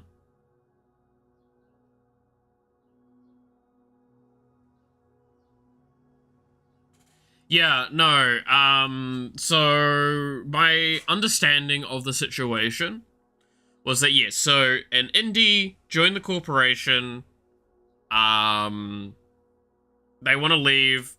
Now, again, I do want to stress that that is a very negative way of writing some of it.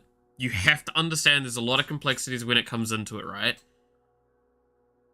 When you join... So, when inside of a corpo, especially as a VTuber, the way IPs are really, really dangerous to deal with. This is the same with any corporation in general, not even just in VTubing.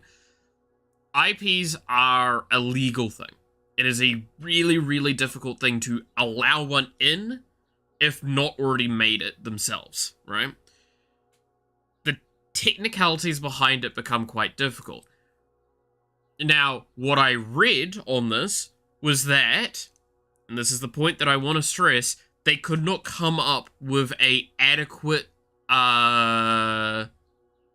middle ground. That's what I actually heard. There was an effort made, though, on both sides for this. I will not deny that the corporation probably asked way too greater amount. Keep in mind, for example, with Rin... Rin Penrose, when she left Corpo, she had to still pay a split of funds and a massive a split of funds for a year of her streaming and a massive upfront sum. That was her agreement to get out of, to keep her IP and get out of the Corpo scene. Because you have to understand they own that IP.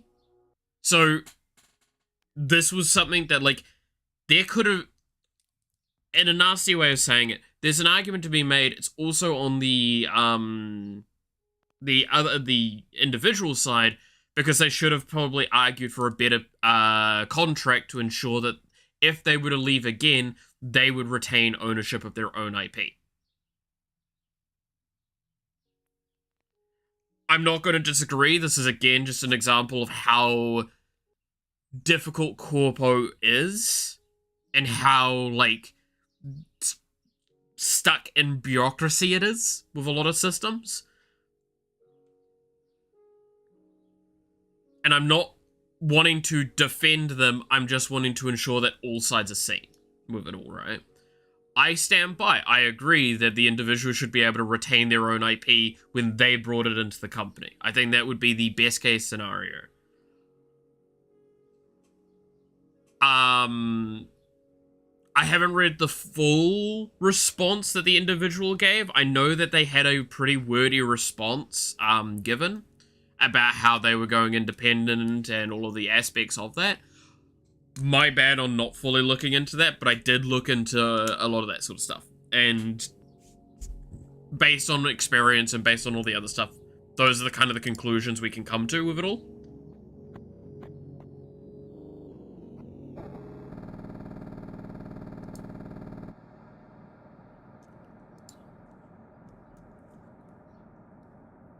So it's difficult because I know who you're talking about too. I'm blanking on their name right this fucking moment though.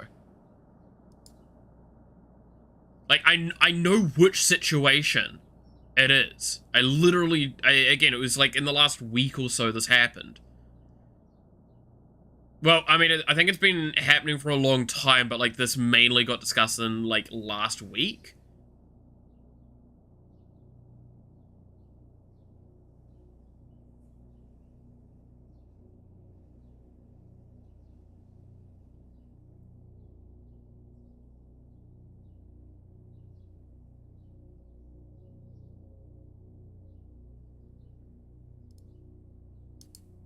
I'm trying to remember. Also, the fucking Minecraft soundtrack's too damn quiet right now. My sanity is dropping.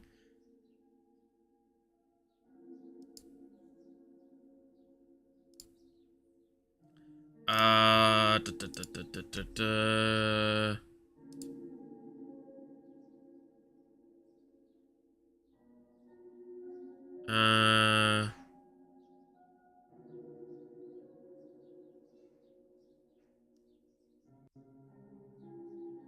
Okay, let me see if I can find it.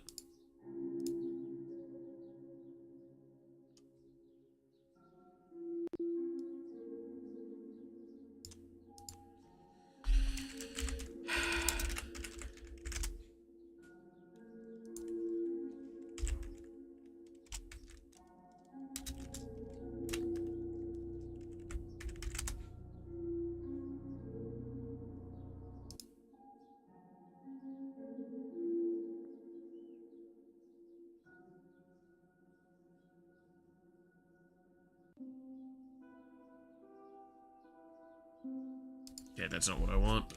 News.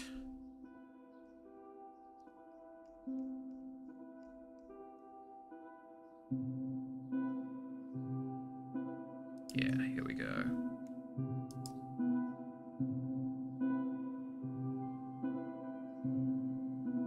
You should go in too, Liz. Don't you want to see what's down there? No, that's not what I wanted.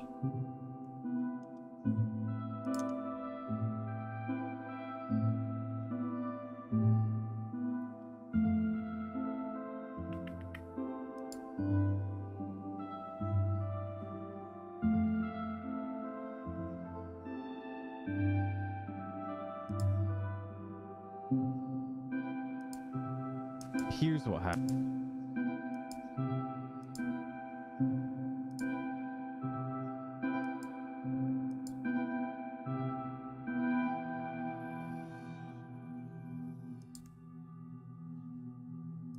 Okay, here we go. Amelia, right? That's the name?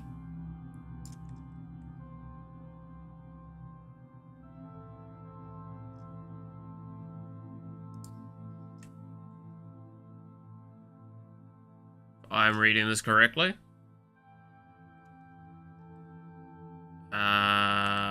See if I can pull up their official response. Also, yeah, you did hear, was it GG? Is he gonna go there? Search. EMIL. Millie.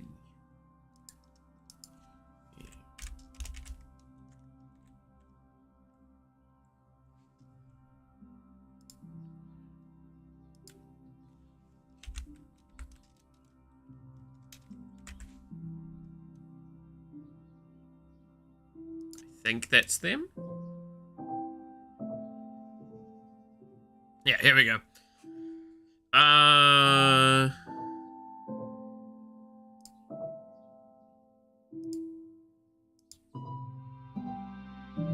Okay. Official response, they have given. Let me... Yes, because it's V4 Mirai, which have always been... If I recall correctly, they've not been doing too well in public opinion for a little while now, right?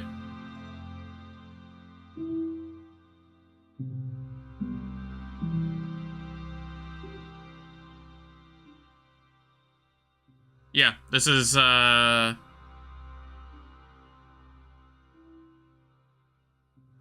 this is them, yeah. Give me a second to, like, properly set this up so I can actually look at it.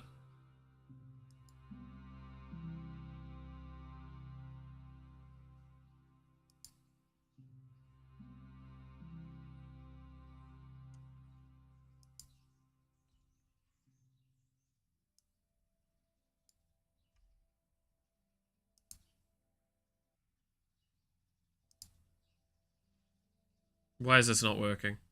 Why? Hello? Oh my god, what is going on? OBS, work, please.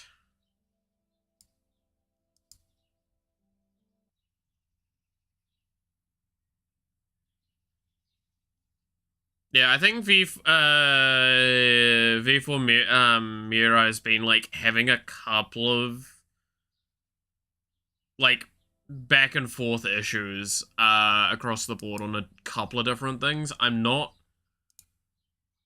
knowledgeable enough on all of the things that's been going on with it to be able to comment.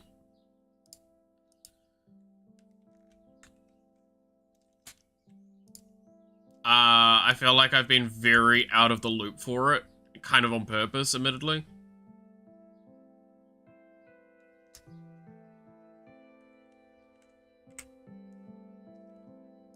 Sorry, I'm also just gonna... just finishing something on the drawing.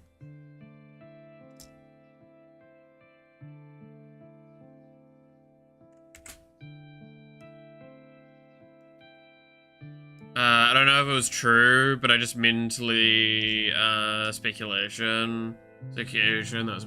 Yeah, like, it's... Again, it's the issues that are being held with a lot of this sort of stuff, right? Gigi used to be part of V4 Mirai? Did she? I didn't know about that part. That doesn't surprise me, actually.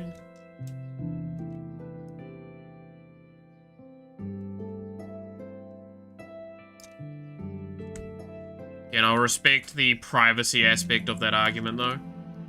I think we can all agree on that.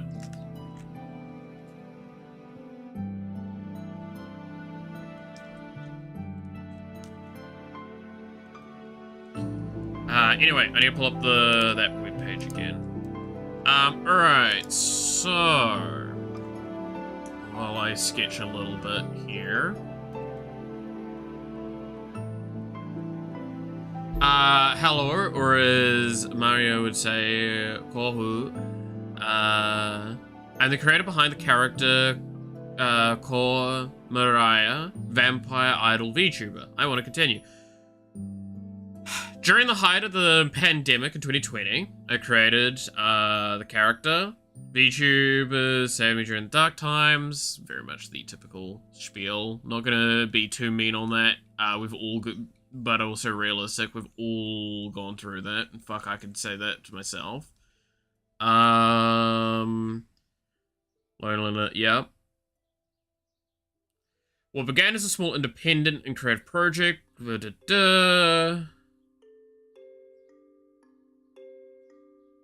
And precious memories and greatest accomplishments. Cool. Yeah.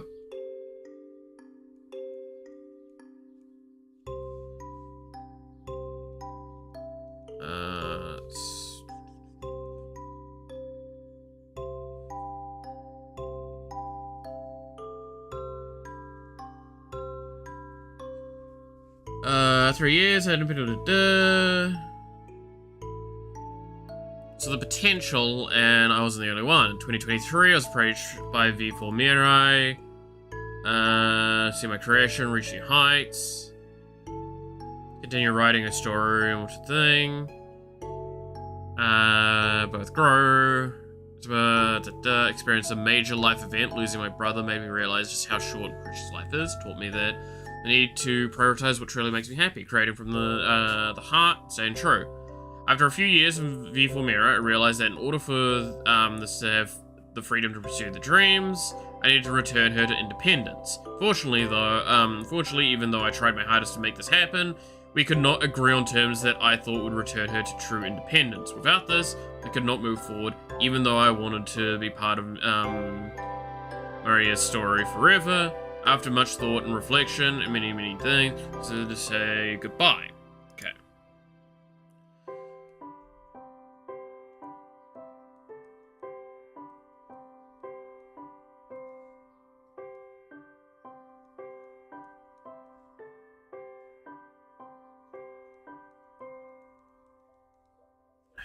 I want to emphasize that my choice comes from love the community. I love the... Saved me over the years. I wanted to say goodbye, at least not a goodbye written by me.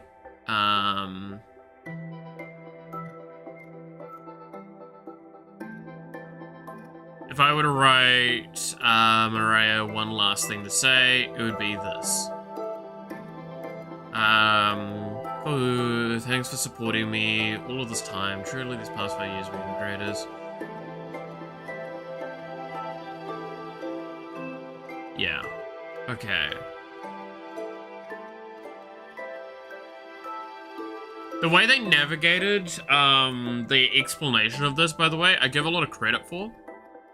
Because this is not an easy thing to talk about, especially because of legal limitations, right?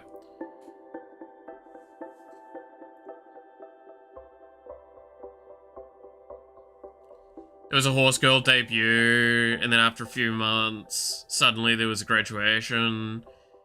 And then a little after that, there was Gigi, debuted in Holo, is all I'm saying. Okay.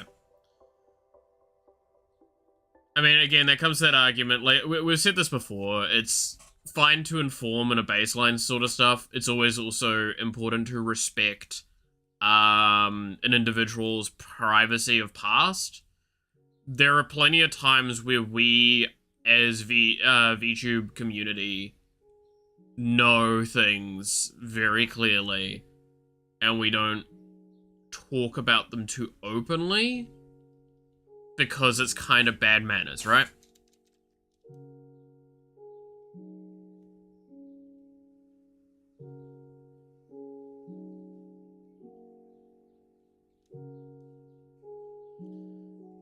Which is why I think it was, one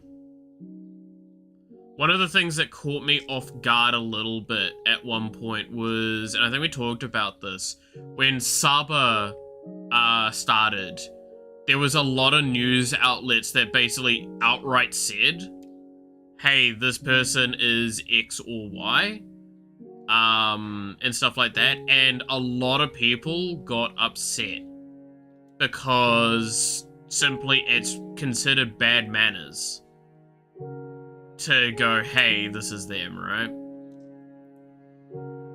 he had a lot of past lives. I just said about this one because it's kind of relevant. No. Again, I'm not. Don't think me being mean or speaking negatively. I agree.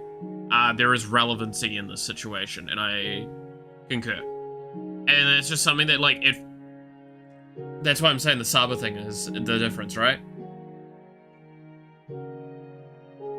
Exactly. It is said there too. Is like Saba hasn't hidden that information. In fact, she made it as obvious as possible within the legal limitations she can, right?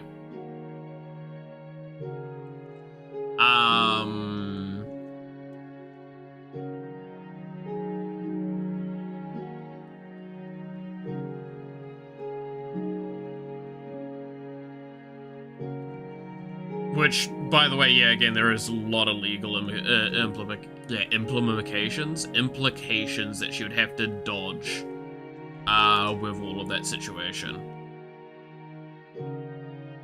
Because you have to remember, again, corpo is corpo. Regardless of how good a company is or how bad a company is, we have to respect that they are a company and they have to make money.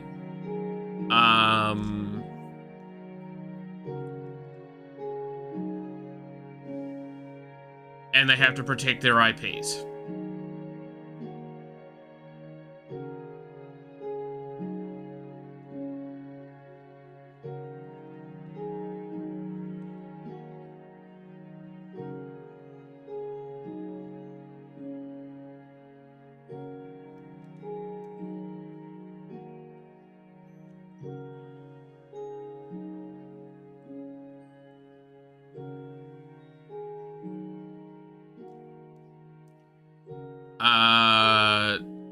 But at that same time, the fact that they've very clearly given Saba enough room to speak on the basic stuff is good.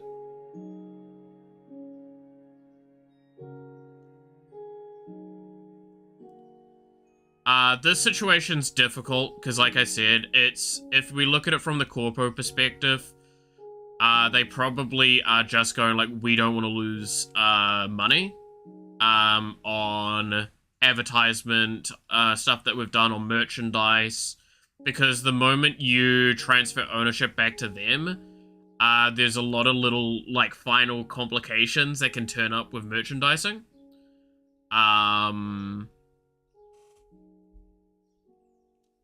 But at that same time, you would hope that there's a more agreeable thing that can be done. I still think, as an example, Rin's was actually really rough. Again, having to profit share for a year and then paying a massive upfront amount will always still sit a bit poorly with me. But it's also like, at least she was able to keep it. Right?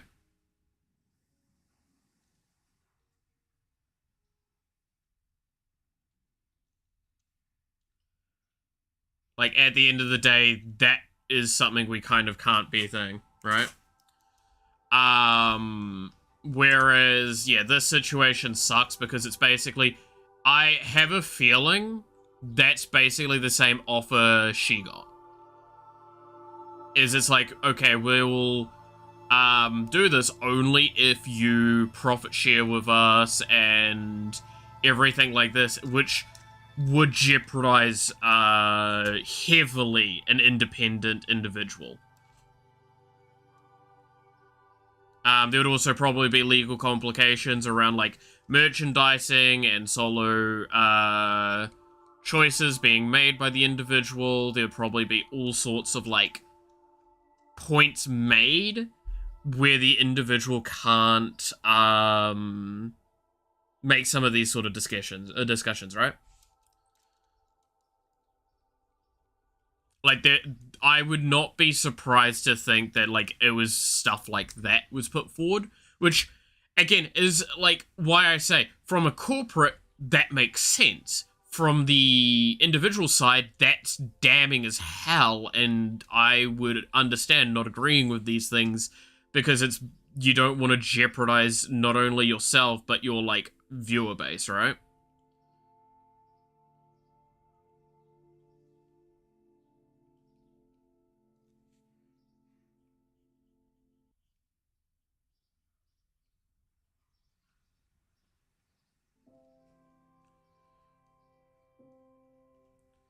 There's also probably a level of trust involved that doesn't want to be jeopardized.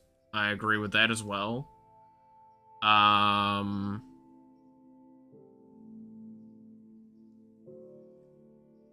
will be a big point that might come up.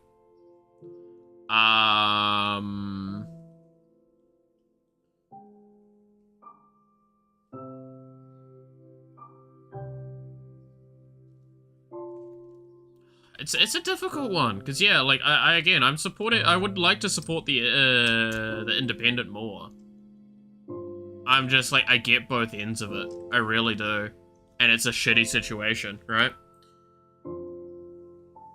I'd say Corpo could make a profit if they made a PR stunt with giving her an IP and doing some other things.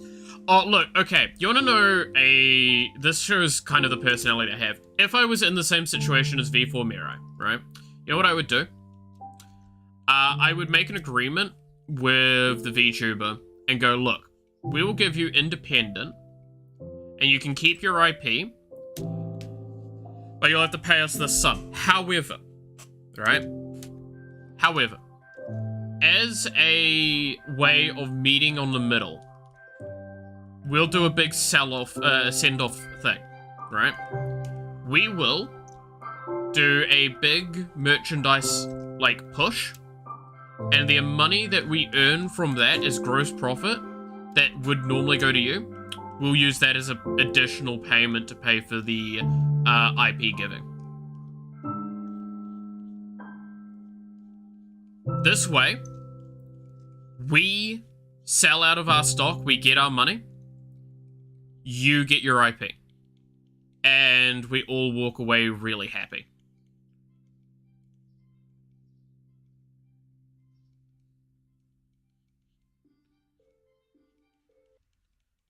That would be, I think, one of the best ways to approach that, because then it would basically tell everyone, hey, you want to support her? This is the best time. Because now you're supporting her in a way that means that you can, like, ensure she gets what she wants.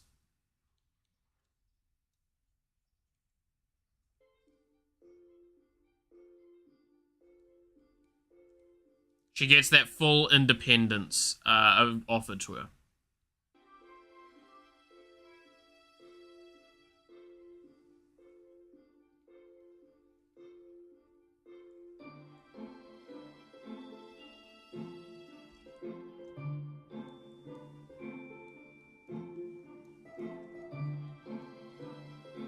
Right?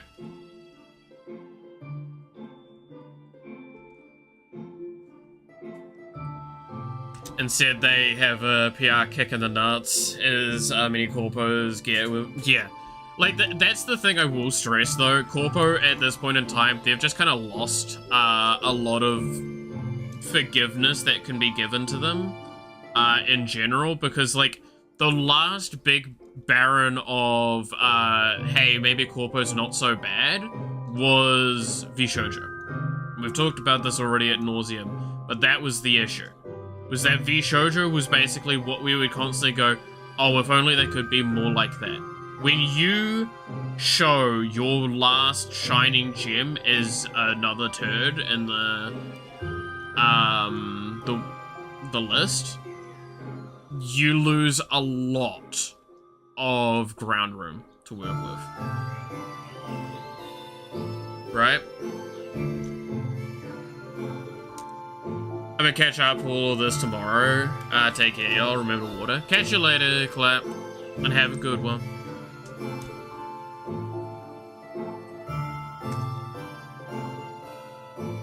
Also, I just realized I've been continuing to draw during this conversation. Just, like, casually.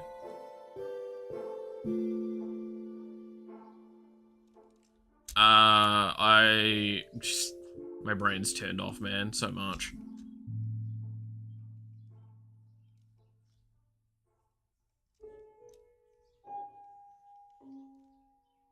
But yeah, it's a difficult situation, because I agree, right? Like, it's the problem that no matter what is done by either end of this, it was never gonna go well. because no matter what you do, it's gonna be perceived poorly. Like, that is the difficulty that no matter the corpo or the indie is gonna have to deal with. I can't imagine the difficulties, by the way, from going from corpo to going to indie. And I can't imagine it's any better from going from indie to corpo to indie again. Because there's a lot of shit that you get access to that you lose. But also you get so much more freedom.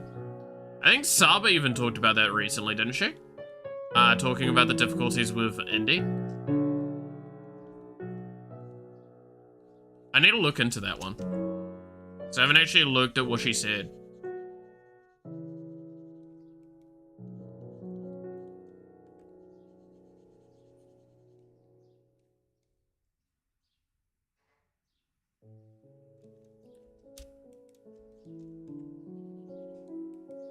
Because she'd probably be one of the more interesting people to have a look at the insights she has on that relevant, like, that thing. Because she is probably one of the premium individuals to, like, talk about, hey, I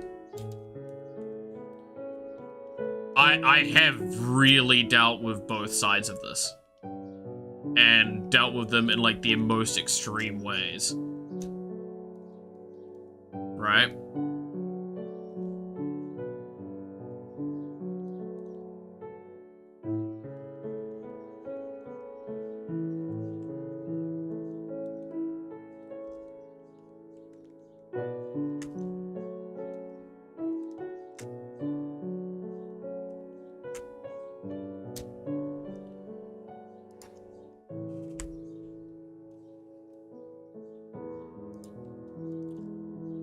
I'll be back in a few. Oh god.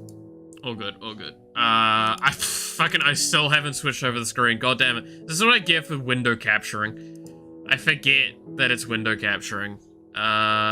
Give me a second. I need to... there. And then turn off the window capture, right?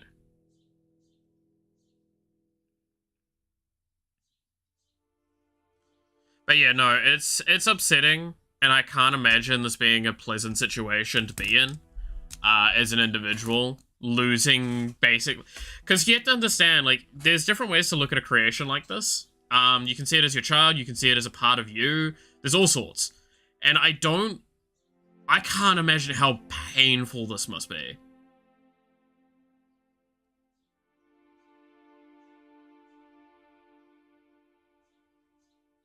See, this is nice. This is basically, like, stuff like this is what I would have liked to have seen maybe the company do. To make an effort to, like, advertise, hey, they're looking for funding to be able to go independent and everything.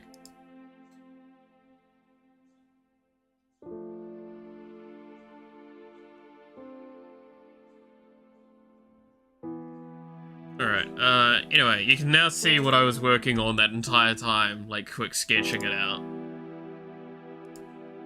See? It's not cowgirl!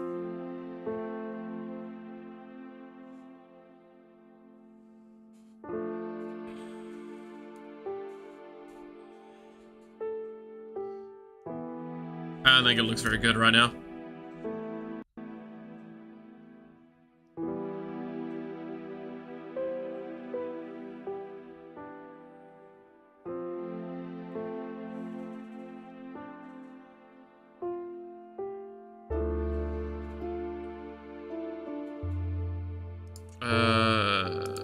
Okay, I need to pull up an image of...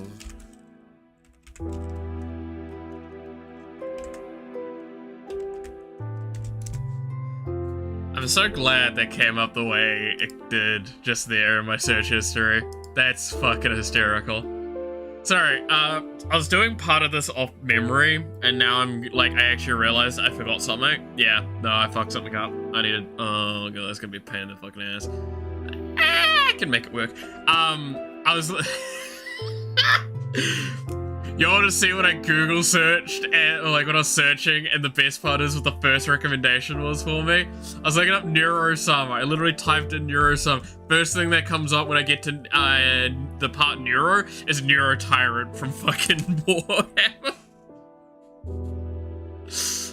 That actually sent me a little bit. That was cute as shit for a moment. Oh, that's so bad. Alright. I think this is her... I can't fucking remember. She's had so many weird model updates. I feel like I might be out of the loop with what her current model looks like. But I know... Yeah. This is what I was getting... I need to work on here is...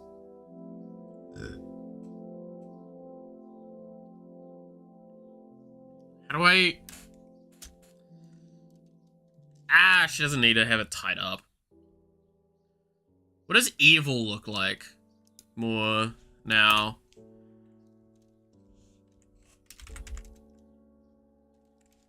Oh, whoops.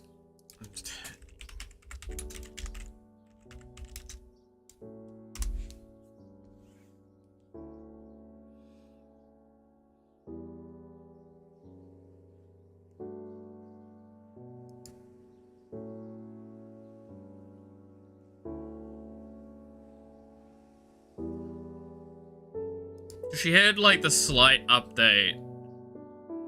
Yeah, that's the style that she is now. Open image in new tab. Yeah. So she does still have that. I mean, I can get away with just not drawing it. She actually... Wow, it's actually kind of surprising how... different her hairstyle is by comparison.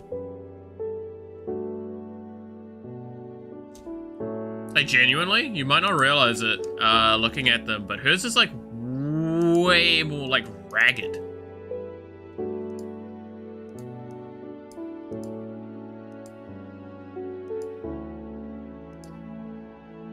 Yeah, it splits out a lot more. Okay.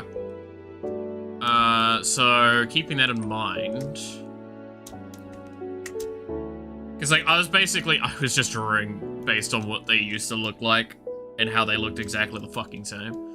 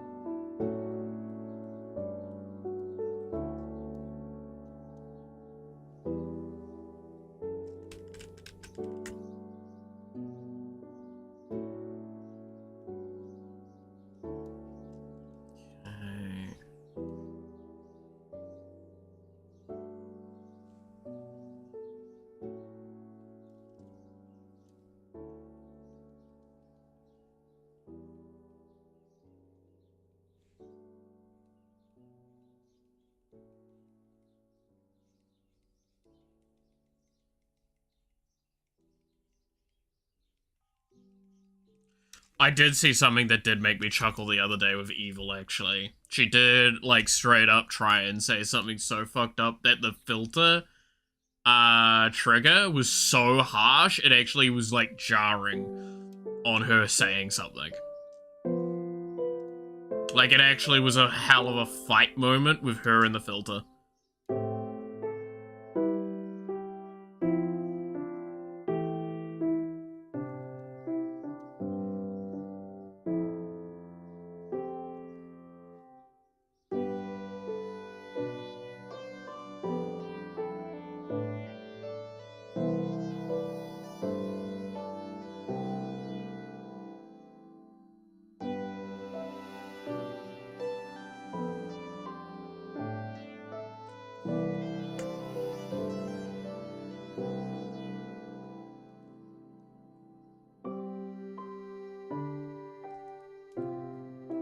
That actually caught me off guard like a lot more than I expected it to. It was very funny.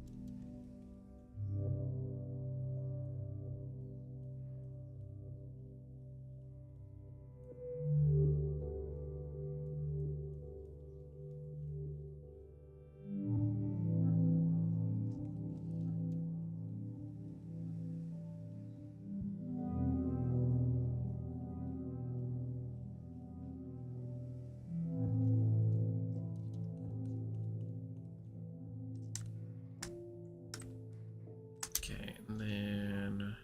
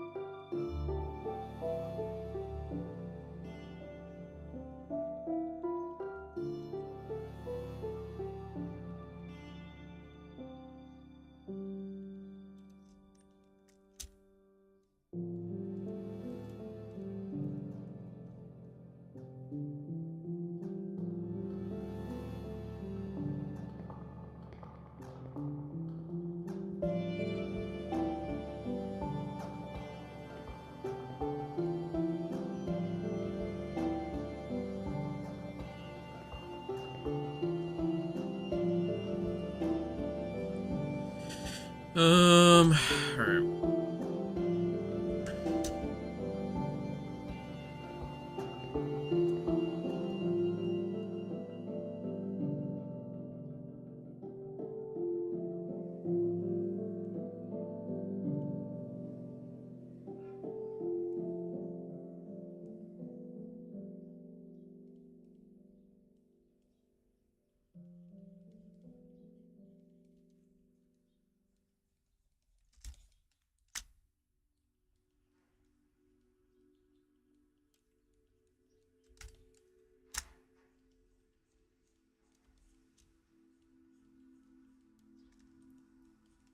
Okay, then...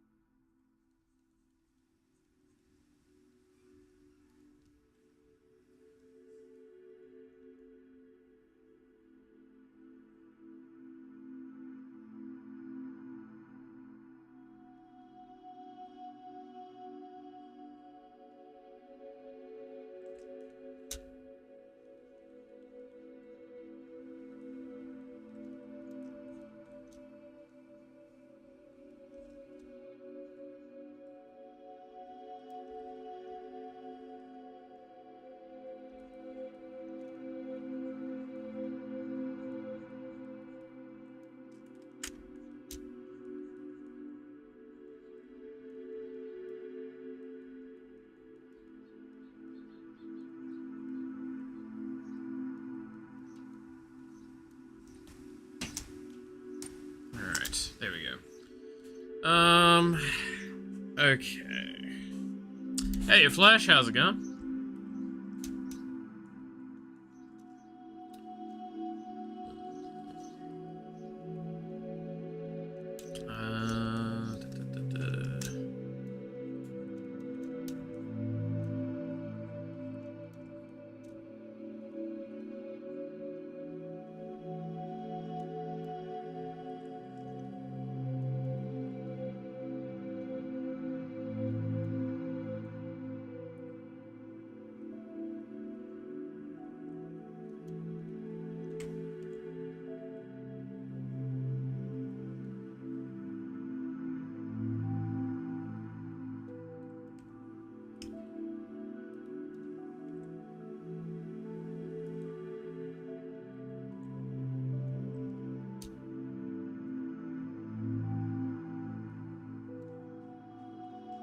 That with it, and then we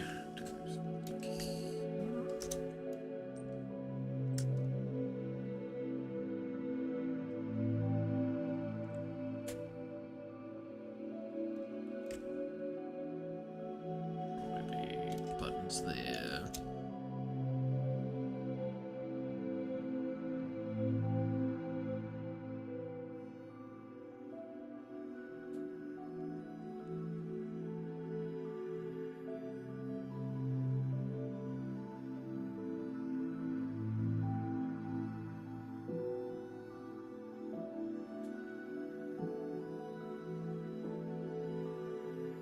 There we go. All right. What am I getting? Okay.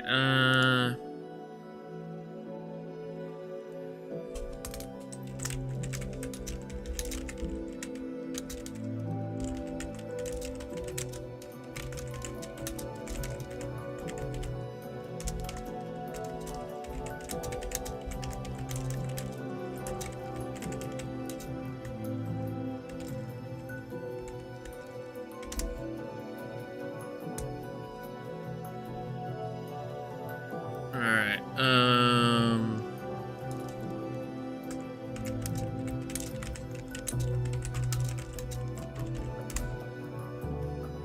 yeah, there we go. Awesome.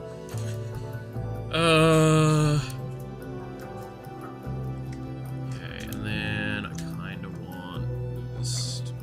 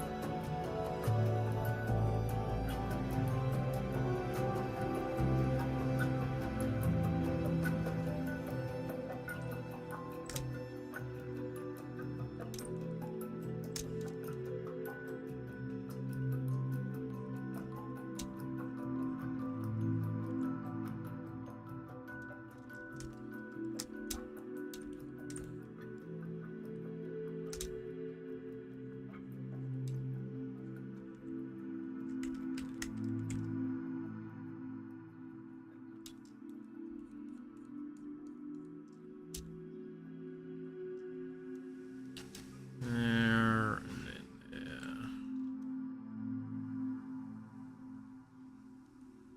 And like...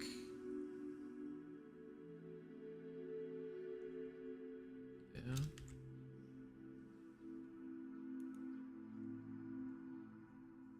Kind of like that. Alright. Nice lines. They are terrible. What are you fucking talking about? I am being very lazy with some of the sketch work. I'm just doing dark lines over the lines that I think I'm keeping, and we'll figure it out from there when I do another re-sketch over.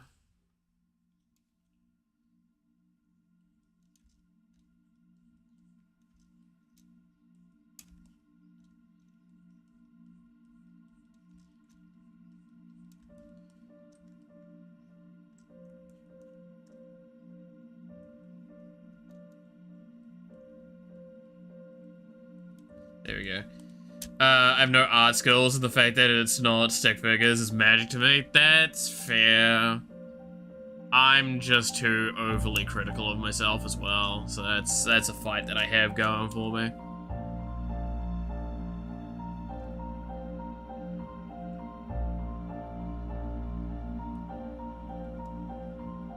During Incest Yuri on stream, I would fucking never. This is not Incest Yuri. This is two sisters cuddling when they rest. There is nothing incestuous about that.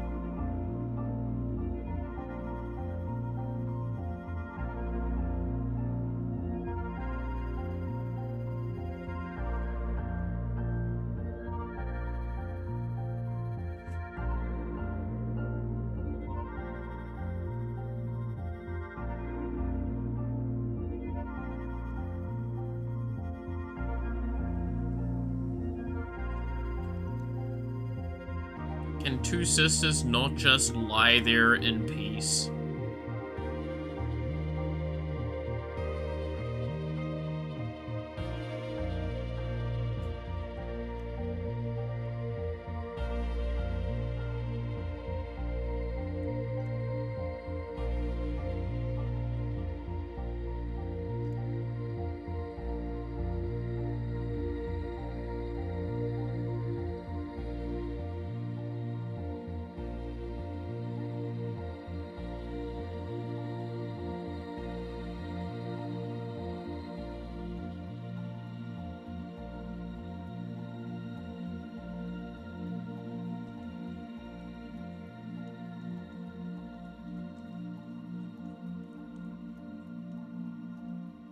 That face needs some work. That needs to be flattened out a little bit.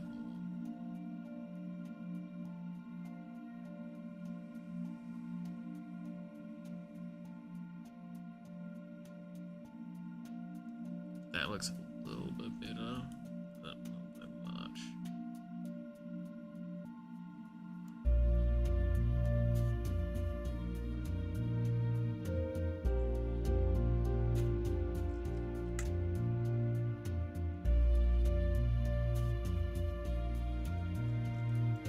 I'll work on that a little bit more later.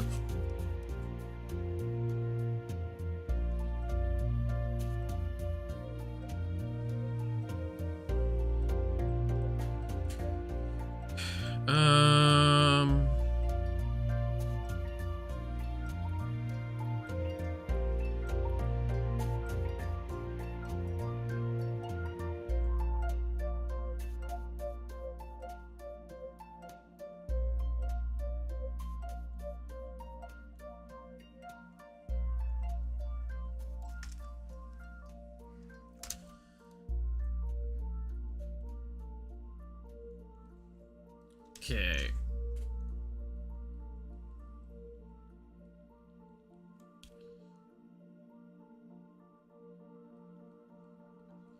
Oh fuck, what did I see the other day actually speaking on hentai stuff? Did you see am I right in what I saw, which was that I think the artist, like the art director for the next season of One Punch Man was a hentai artist? Or is that like some bullshit that I saw?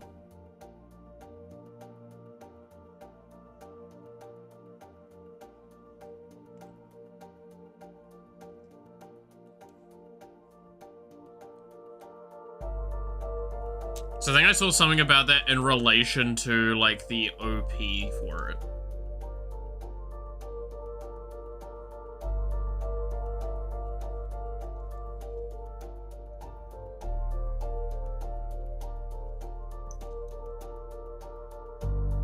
What, repeat that for me? Something about like, I think the like art director or core artist on the next One Punch Man season may have been a hentai artist.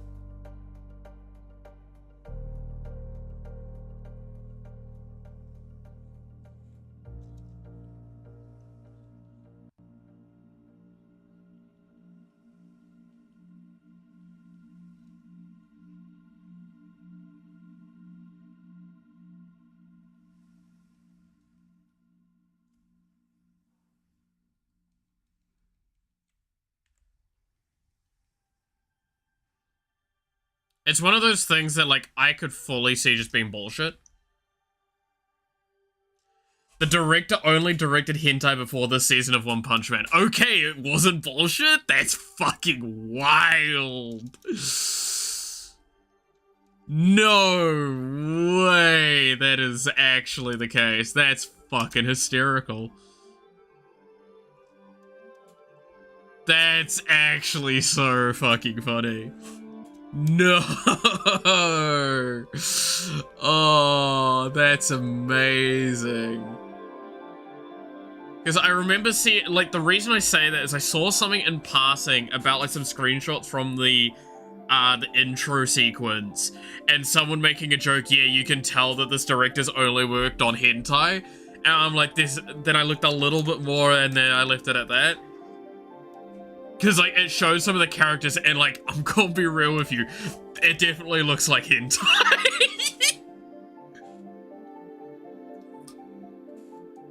That's actually incredible. I don't know why, but, like, I've not been hyped for One Punch Man in a long time. That's made me hyped for One Punch Man. You know what I mean? Like, you can't tell me you're not, like, mildly interested in how the fuck a hentai artist would do some of the scenes that you would see in that show. Right?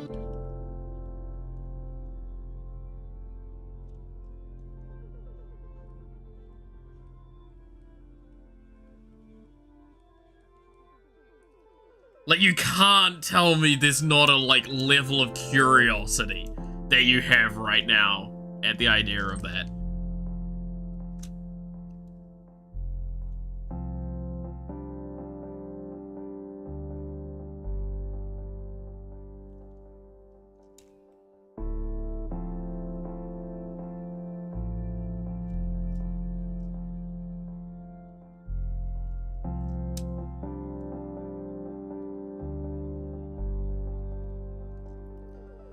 It's really funny to me when I learned this, and I hope it lives up to the expectation. Like, it's just gotta be as shitposty as possible with that argument.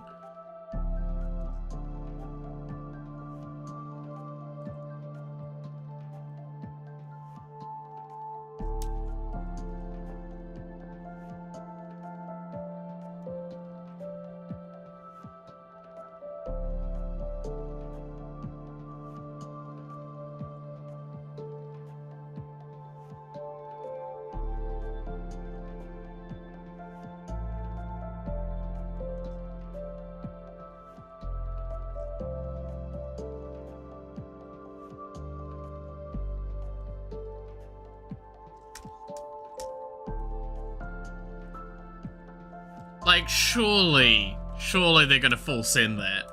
Like, how do you do some action sequences from hentai? Dude, I'm excited.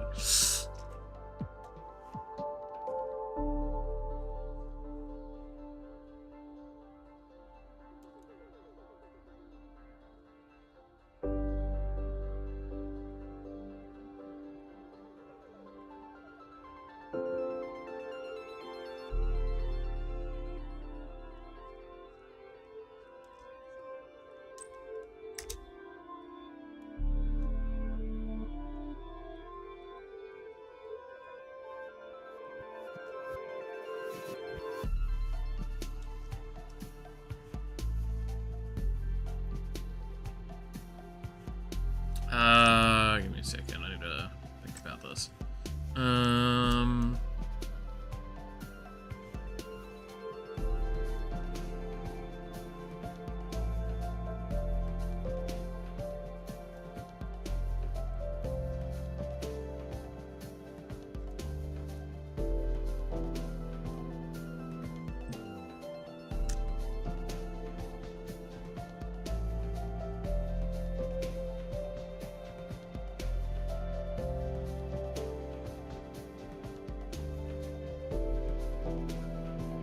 To be fair, I feel like more hentai artists in the anime scene is probably a good thing. It's like, wild statement to make, I know. But like, hentai's gotten a lot higher quality than people I feel like have noticed.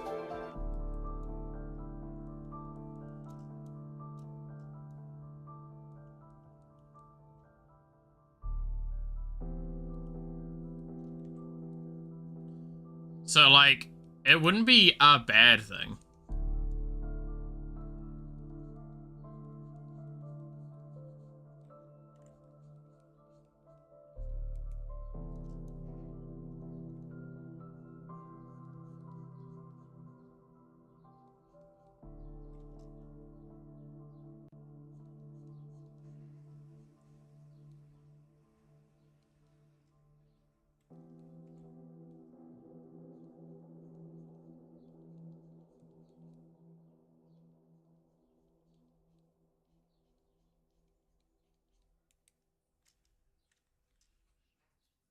Not sure if my head is not mixing it up, but I think the studio that's making the new One Punch Man also was working on Railgun and Danmachi. Oh, really?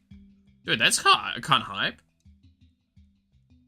Dude, if they worked on Railgun, I've got high expectations.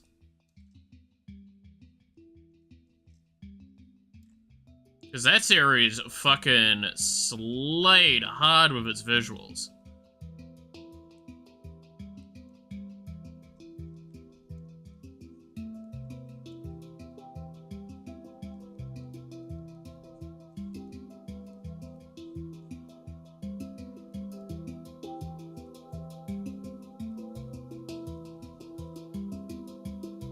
I haven't watched Danmachi in yonks, though. When was the last time I watched Danmachi? It was before, like, I think it got hugely, hugely popular at one stage. It was like... It was before everyone kind of started learning who the fuck, the main character was. Or, like, supposedly was. I can't fucking remember. Point was, he... Like... It was basically at a stage where I think only one character actually knew, and he was trying to abuse the fact that he knew to try and get some information. And then there was like a whole big war that basically happened, and that's like later on from me. The war sounded interesting though, admittedly.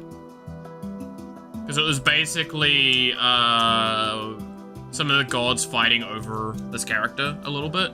Because of like the power it basically would result in them having.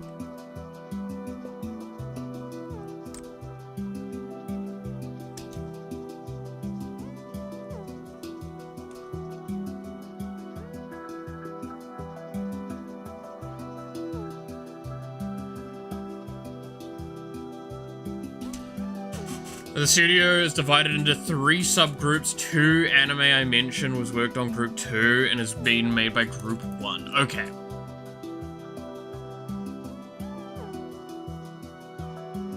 So it's not worked on the exact same people, but it's worked loosely on the same studio.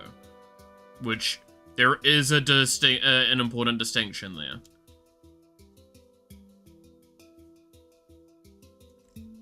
It's not a bad thing. Nonetheless, still, by the way, it does mean that they have access to the same resources as the other teams.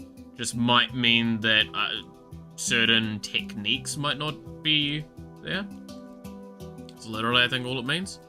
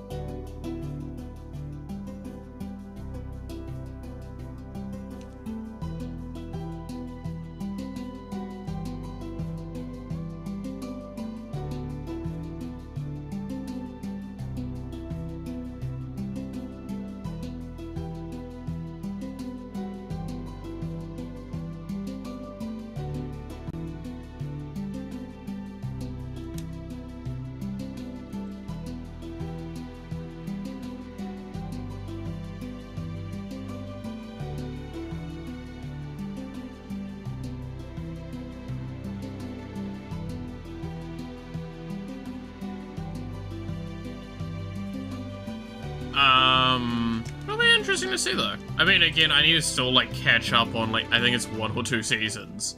Because I only watched the first season of One Punch Man.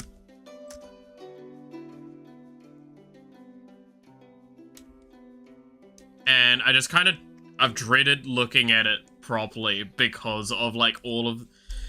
Look, there's a point in time where there's so much negativity towards something, I'm just like, even I don't want to really touch it. And like, I heard so much went wrong with One Punch Man's like, some of the later season stuff that I'm like, even, yeah, like, I'm put off, right?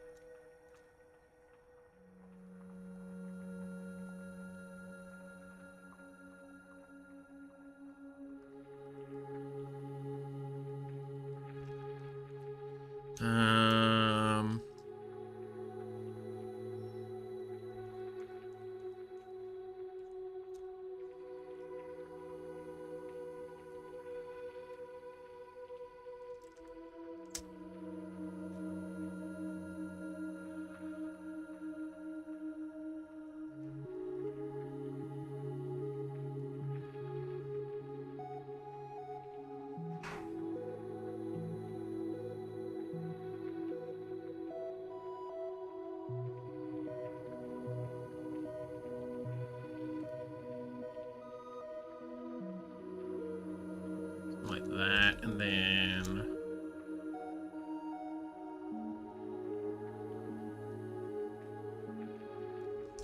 That. It'll probably come down.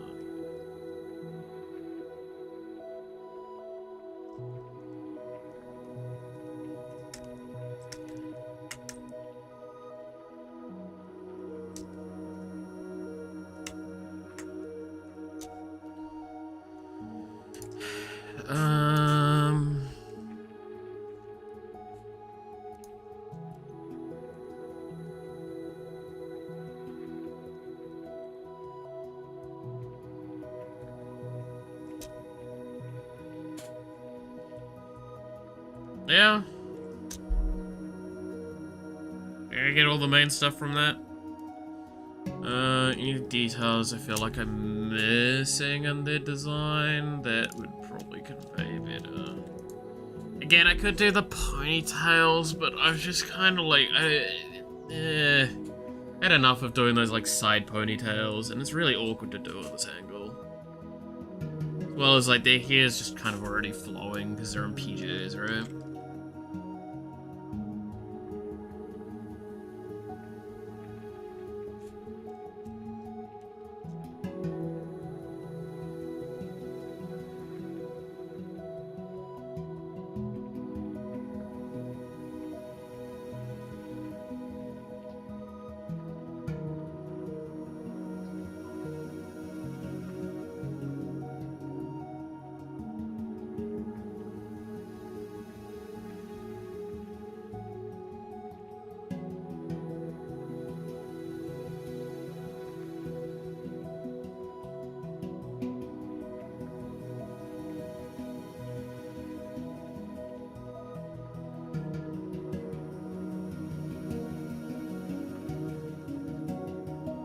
Okay. Yeah, I think that's basically the main stuff done. So let's get a little bit more cleanup done here. So we can do like a line art thing. I think I could do more with the hair on this. Okay, I give the question. if you knew that this is a neuro and evil piece, right? Who do you think is who? At this stage.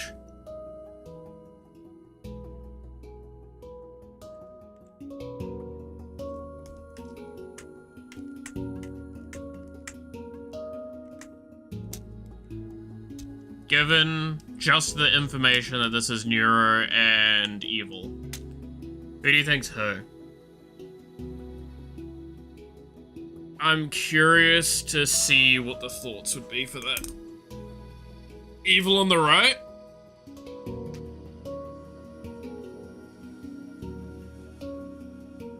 Interesting.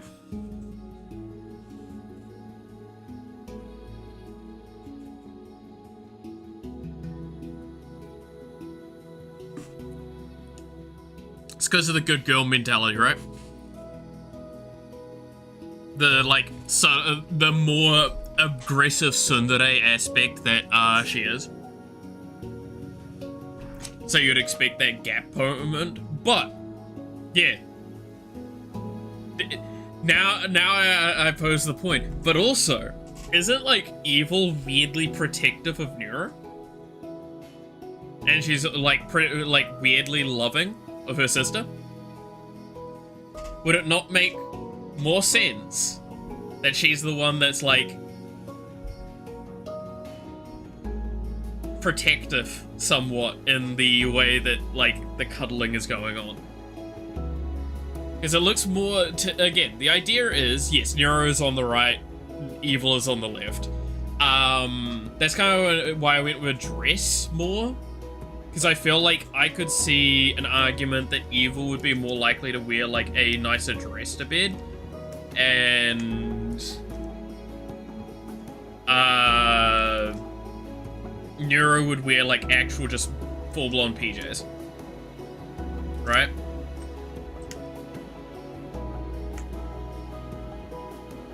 It's like full comfort versus, like, a little bit of style. And she's being, like, a little bit more like, I'm going to protect her while she is asleep.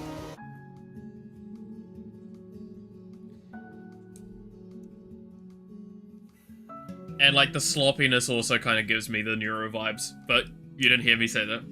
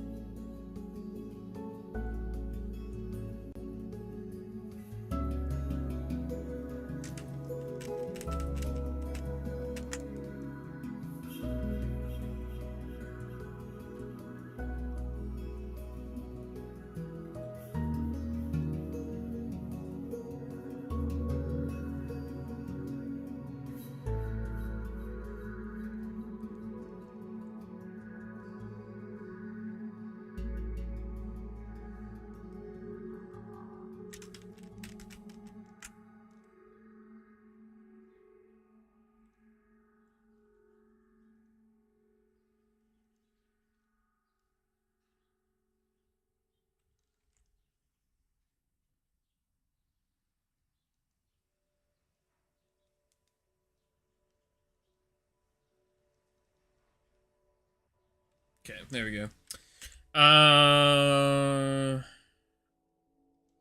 But yeah, that's kind of what I was thinking with this.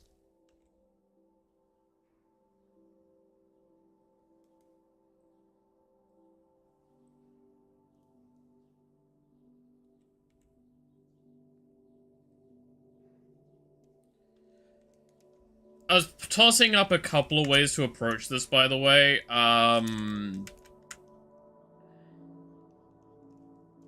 So, to explain what I just was, like, thinking about when we were talking about the AI stuff, and when I said, like, I kind of know what I want to draw, I was just thinking kind of like a circular thing with two characters was what I was kind of thinking this morning.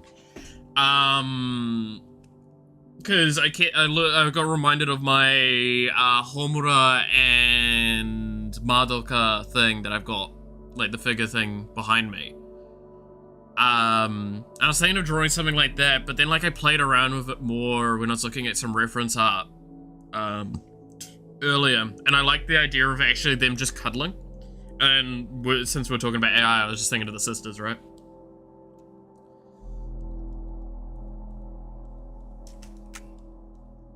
So this is what we ended up with.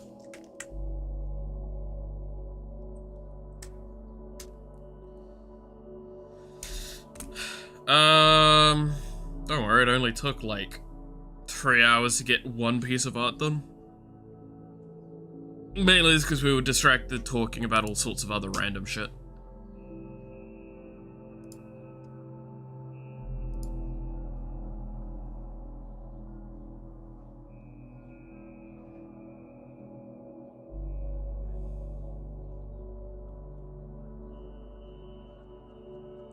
Well, that's one of the most cursed messages I've ever seen in my life. Hey, you guys can see what Chibi just responded. So she responded to McDonald's, saying, "Do you peel your McNuggets or are you normal?" And she responds with, "Yes, I peel my nuggets like a banana, and then I only eat the skin."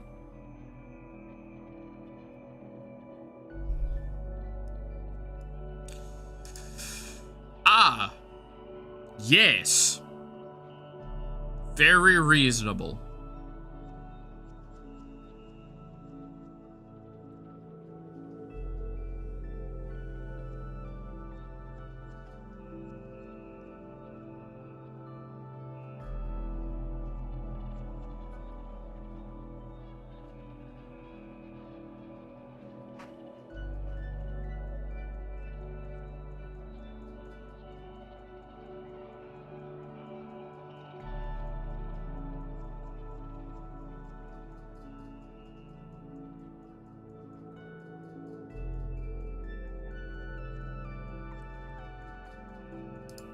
Alright, there we go. Chibi is my idol. She is... She is something. She is something. She is a treasure, the value of which is indescribable. I think that's how I would phrase it best. Right.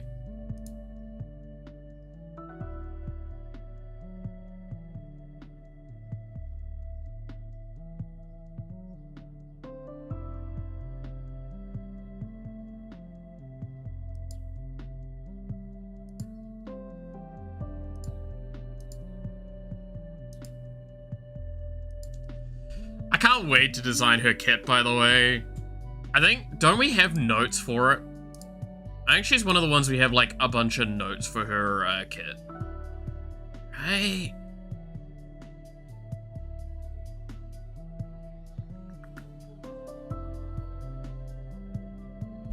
Yeah! We have one of the fucking stupidest passives ever concocted. So Chibidoki's there, right?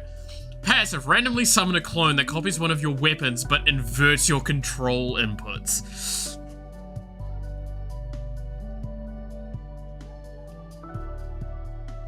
Because fuck you, alright? Like, genuinely.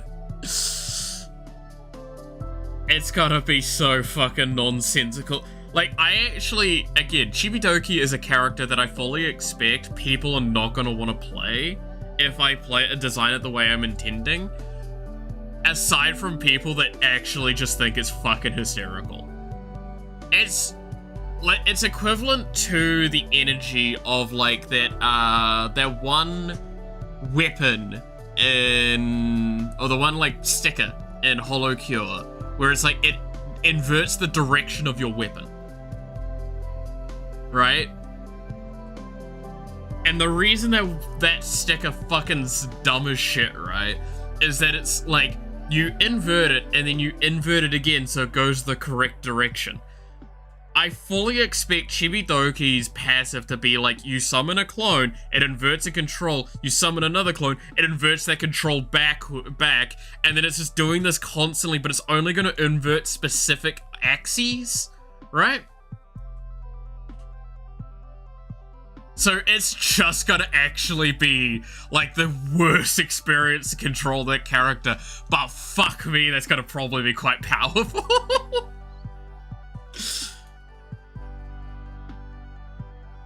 And it's just actually like I feel like by doing it that way, it encapsulates the character accurately. It's like every 10-15 seconds maybe, you're changing something about your control layout in a way you don't know. You just know something's gonna go wrong and you're gonna have a bad time with it.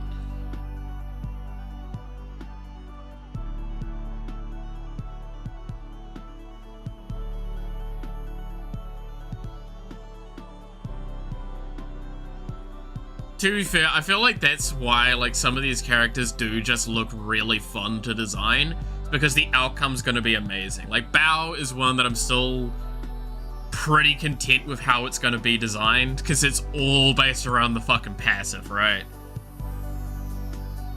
Hunt the map for a suitable target. When you interact with them, you hop into a tent for a short duration, becoming non-interactable. After a moment, pop out with a little summon to run around and deal damage for the rest of the run. Up to like 3 of them. Also gain a buff for a duration that gives a bunch of movement speed. As you move closer to the target, gain ramping up movement speed. Like, that's one of those effects, if you describe it just as that, you're like, okay, I can, question. And then you see the name of it and you're like, question answered. Especially knowing she's having a fucking field day with that one new anime that everyone's talking about. That's got like the really hot wolf guy in it, and she's being incredibly normal about it. As I saw this morning. Very incredibly normal and totally not... Totally nothing weird going on.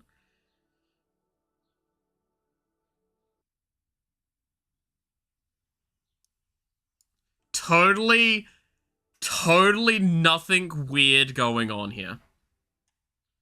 Nothing at all concerning about her in this anime. Nothing at all. Nothing at all concerning about this anime.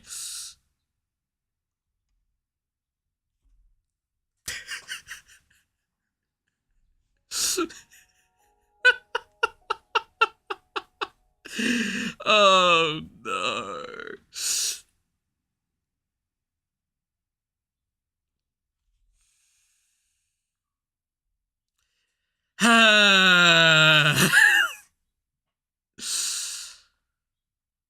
Yep.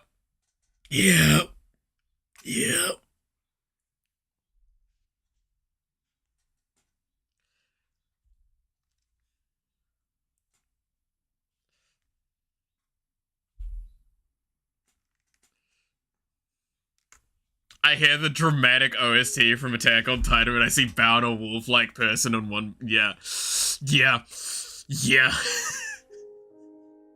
I fully concur, by the way. Also, I'm not following Bao. Man, I gotta fix that. Oh no, but that means I break my 69 streak of 69 following. Oh, well. You heard it here first. Bao made me break my 69 streak. God damn it, Bao.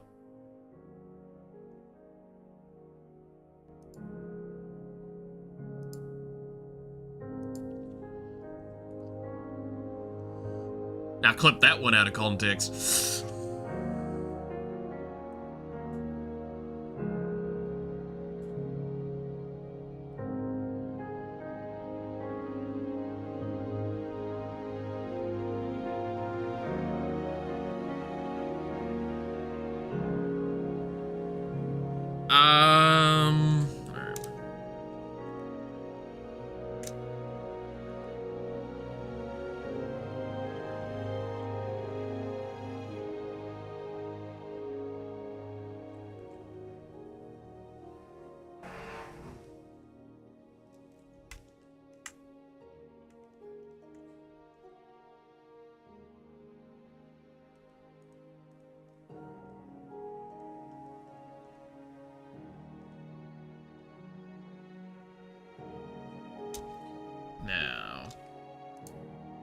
That reminds me, I still need to remind people, if you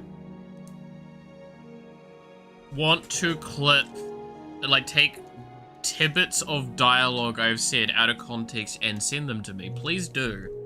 Because, I have a plan. I have a plan, Arthur, and it only requires, 2 trillion.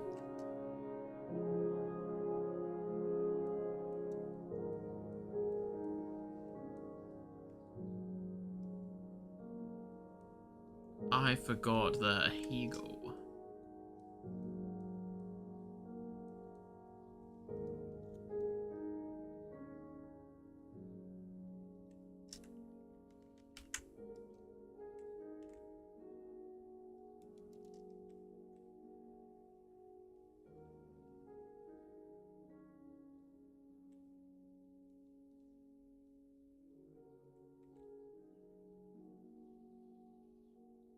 Which apparently Evil's one is bigger, what I'm seeing here.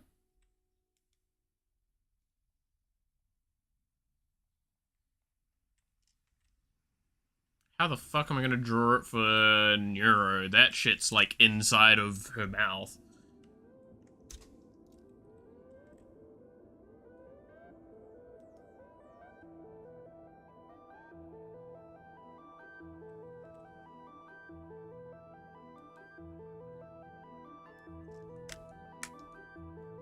We'll go with that.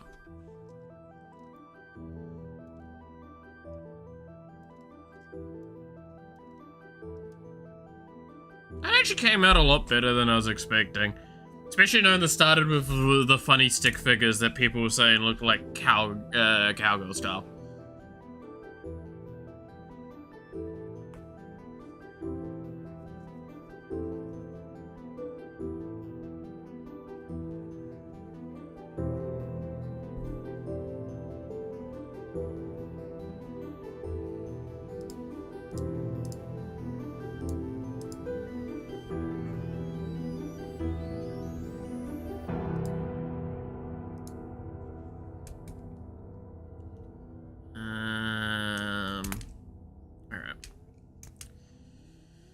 Oh god. Okay.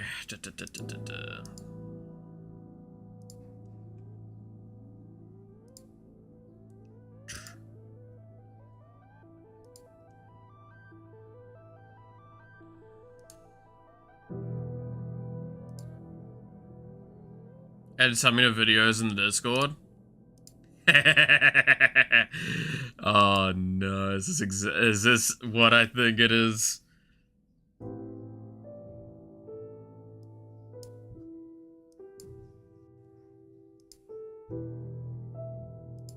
Did you already get it done? Goddamn. Gonna go to bed now? Catch you later, devil.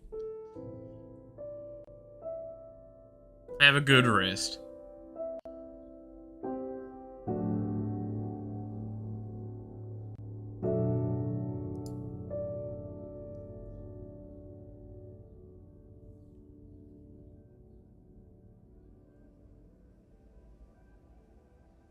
Well. You heard it here first. Bao made me break my 69 streak. God damn it, Bao. Yep, that's as perfectly out of context clip as possible. I love it. That's perfect. I'm very happy with that.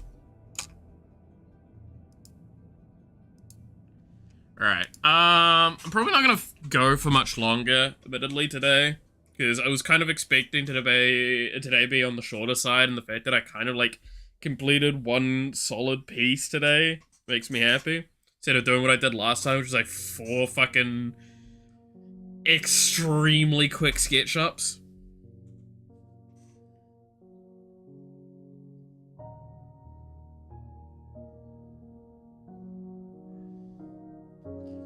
It is actually funny as well. I like seeing it in this state sometimes with the art.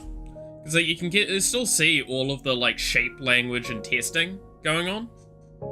Like you can see, especially here, like doing the neck into chest and getting the That, you can still see where the hand kind of went. You can still see where the head's shaping is. You can still see the leg through the other leg. Stuff like that. And it's just kind of fascinating to me.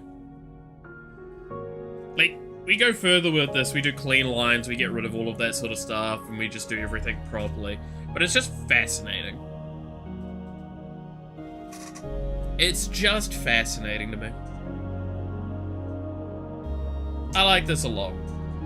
This came out nicely. I'm feeling a little bit more chill today, which is good.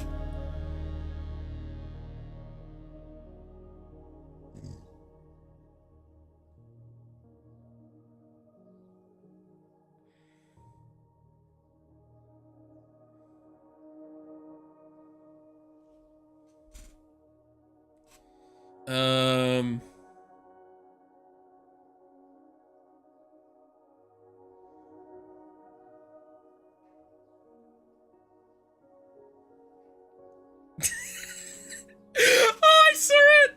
Oh, it's still one of the funniest things ever, this! No, genuinely, if you've not heard this, I'm escaping to the one place that hasn't been corrupted by capitalism. Space! The delivery... Spice! Oh, every time I see that shit.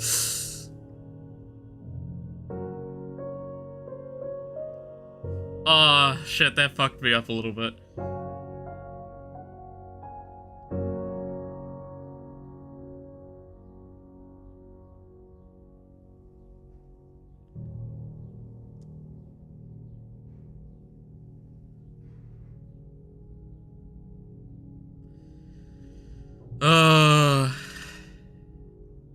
God damn.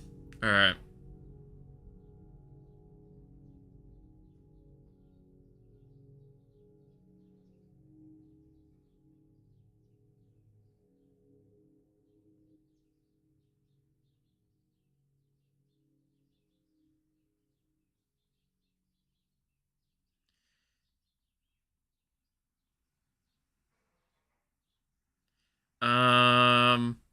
Oh, no, you know something that's been making me chuckle a little bit recently?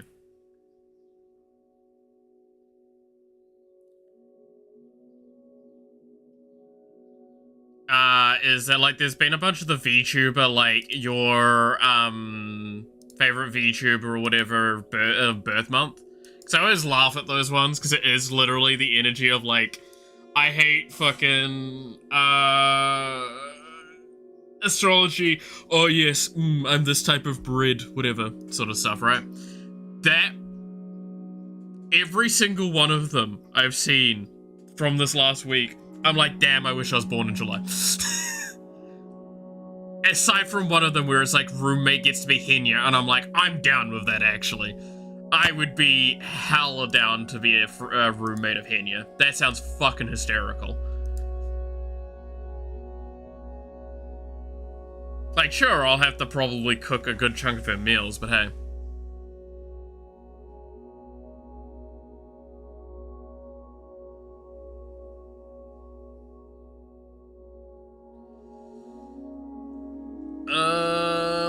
Alright.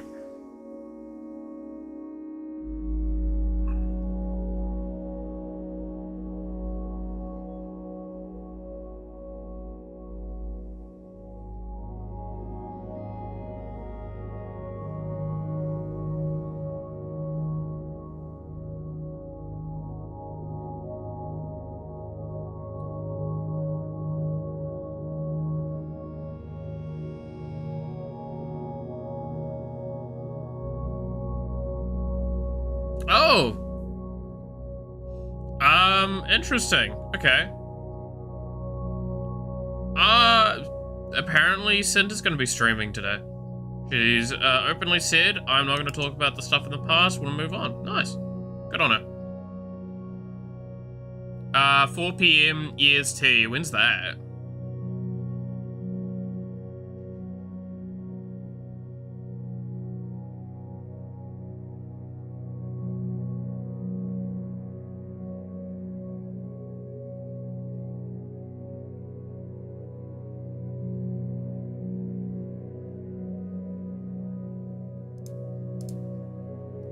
But that's interesting to see that she's already set up to come back. Nice.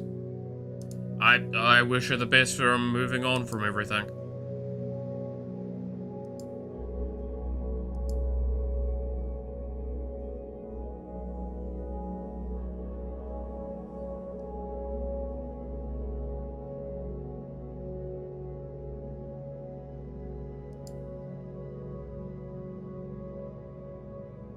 She live yet?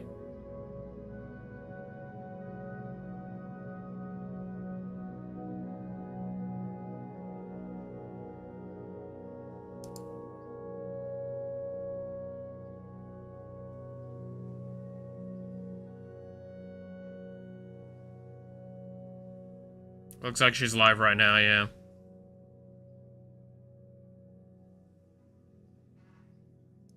Okay. Well, I'm not gonna go watch. Personally, I'll wait for a thing later on it. I'm sure someone will send me something about a TLDR of what happened. That's normally the case.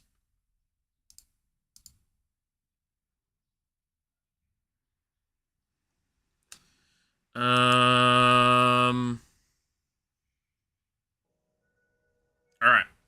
Well, like I said, I think I'm gonna finish up today, kind of on that early side, because I just feel like we've accomplished a decent amount today. We've talked about a good chunk of things, and I did a okay-ish art piece. I might work on this a little bit more in my time. We'll see. I am working on a lot of programming right now that I would prefer to keep as a focus, because like I said, I want the game to have a playable state out by the end of the month, is my hope. So, with that all being the case, thank you so much for watching. I hope you enjoyed. You're awesome, stay awesome, and I hope to see you again next time. Until then, bye-bye.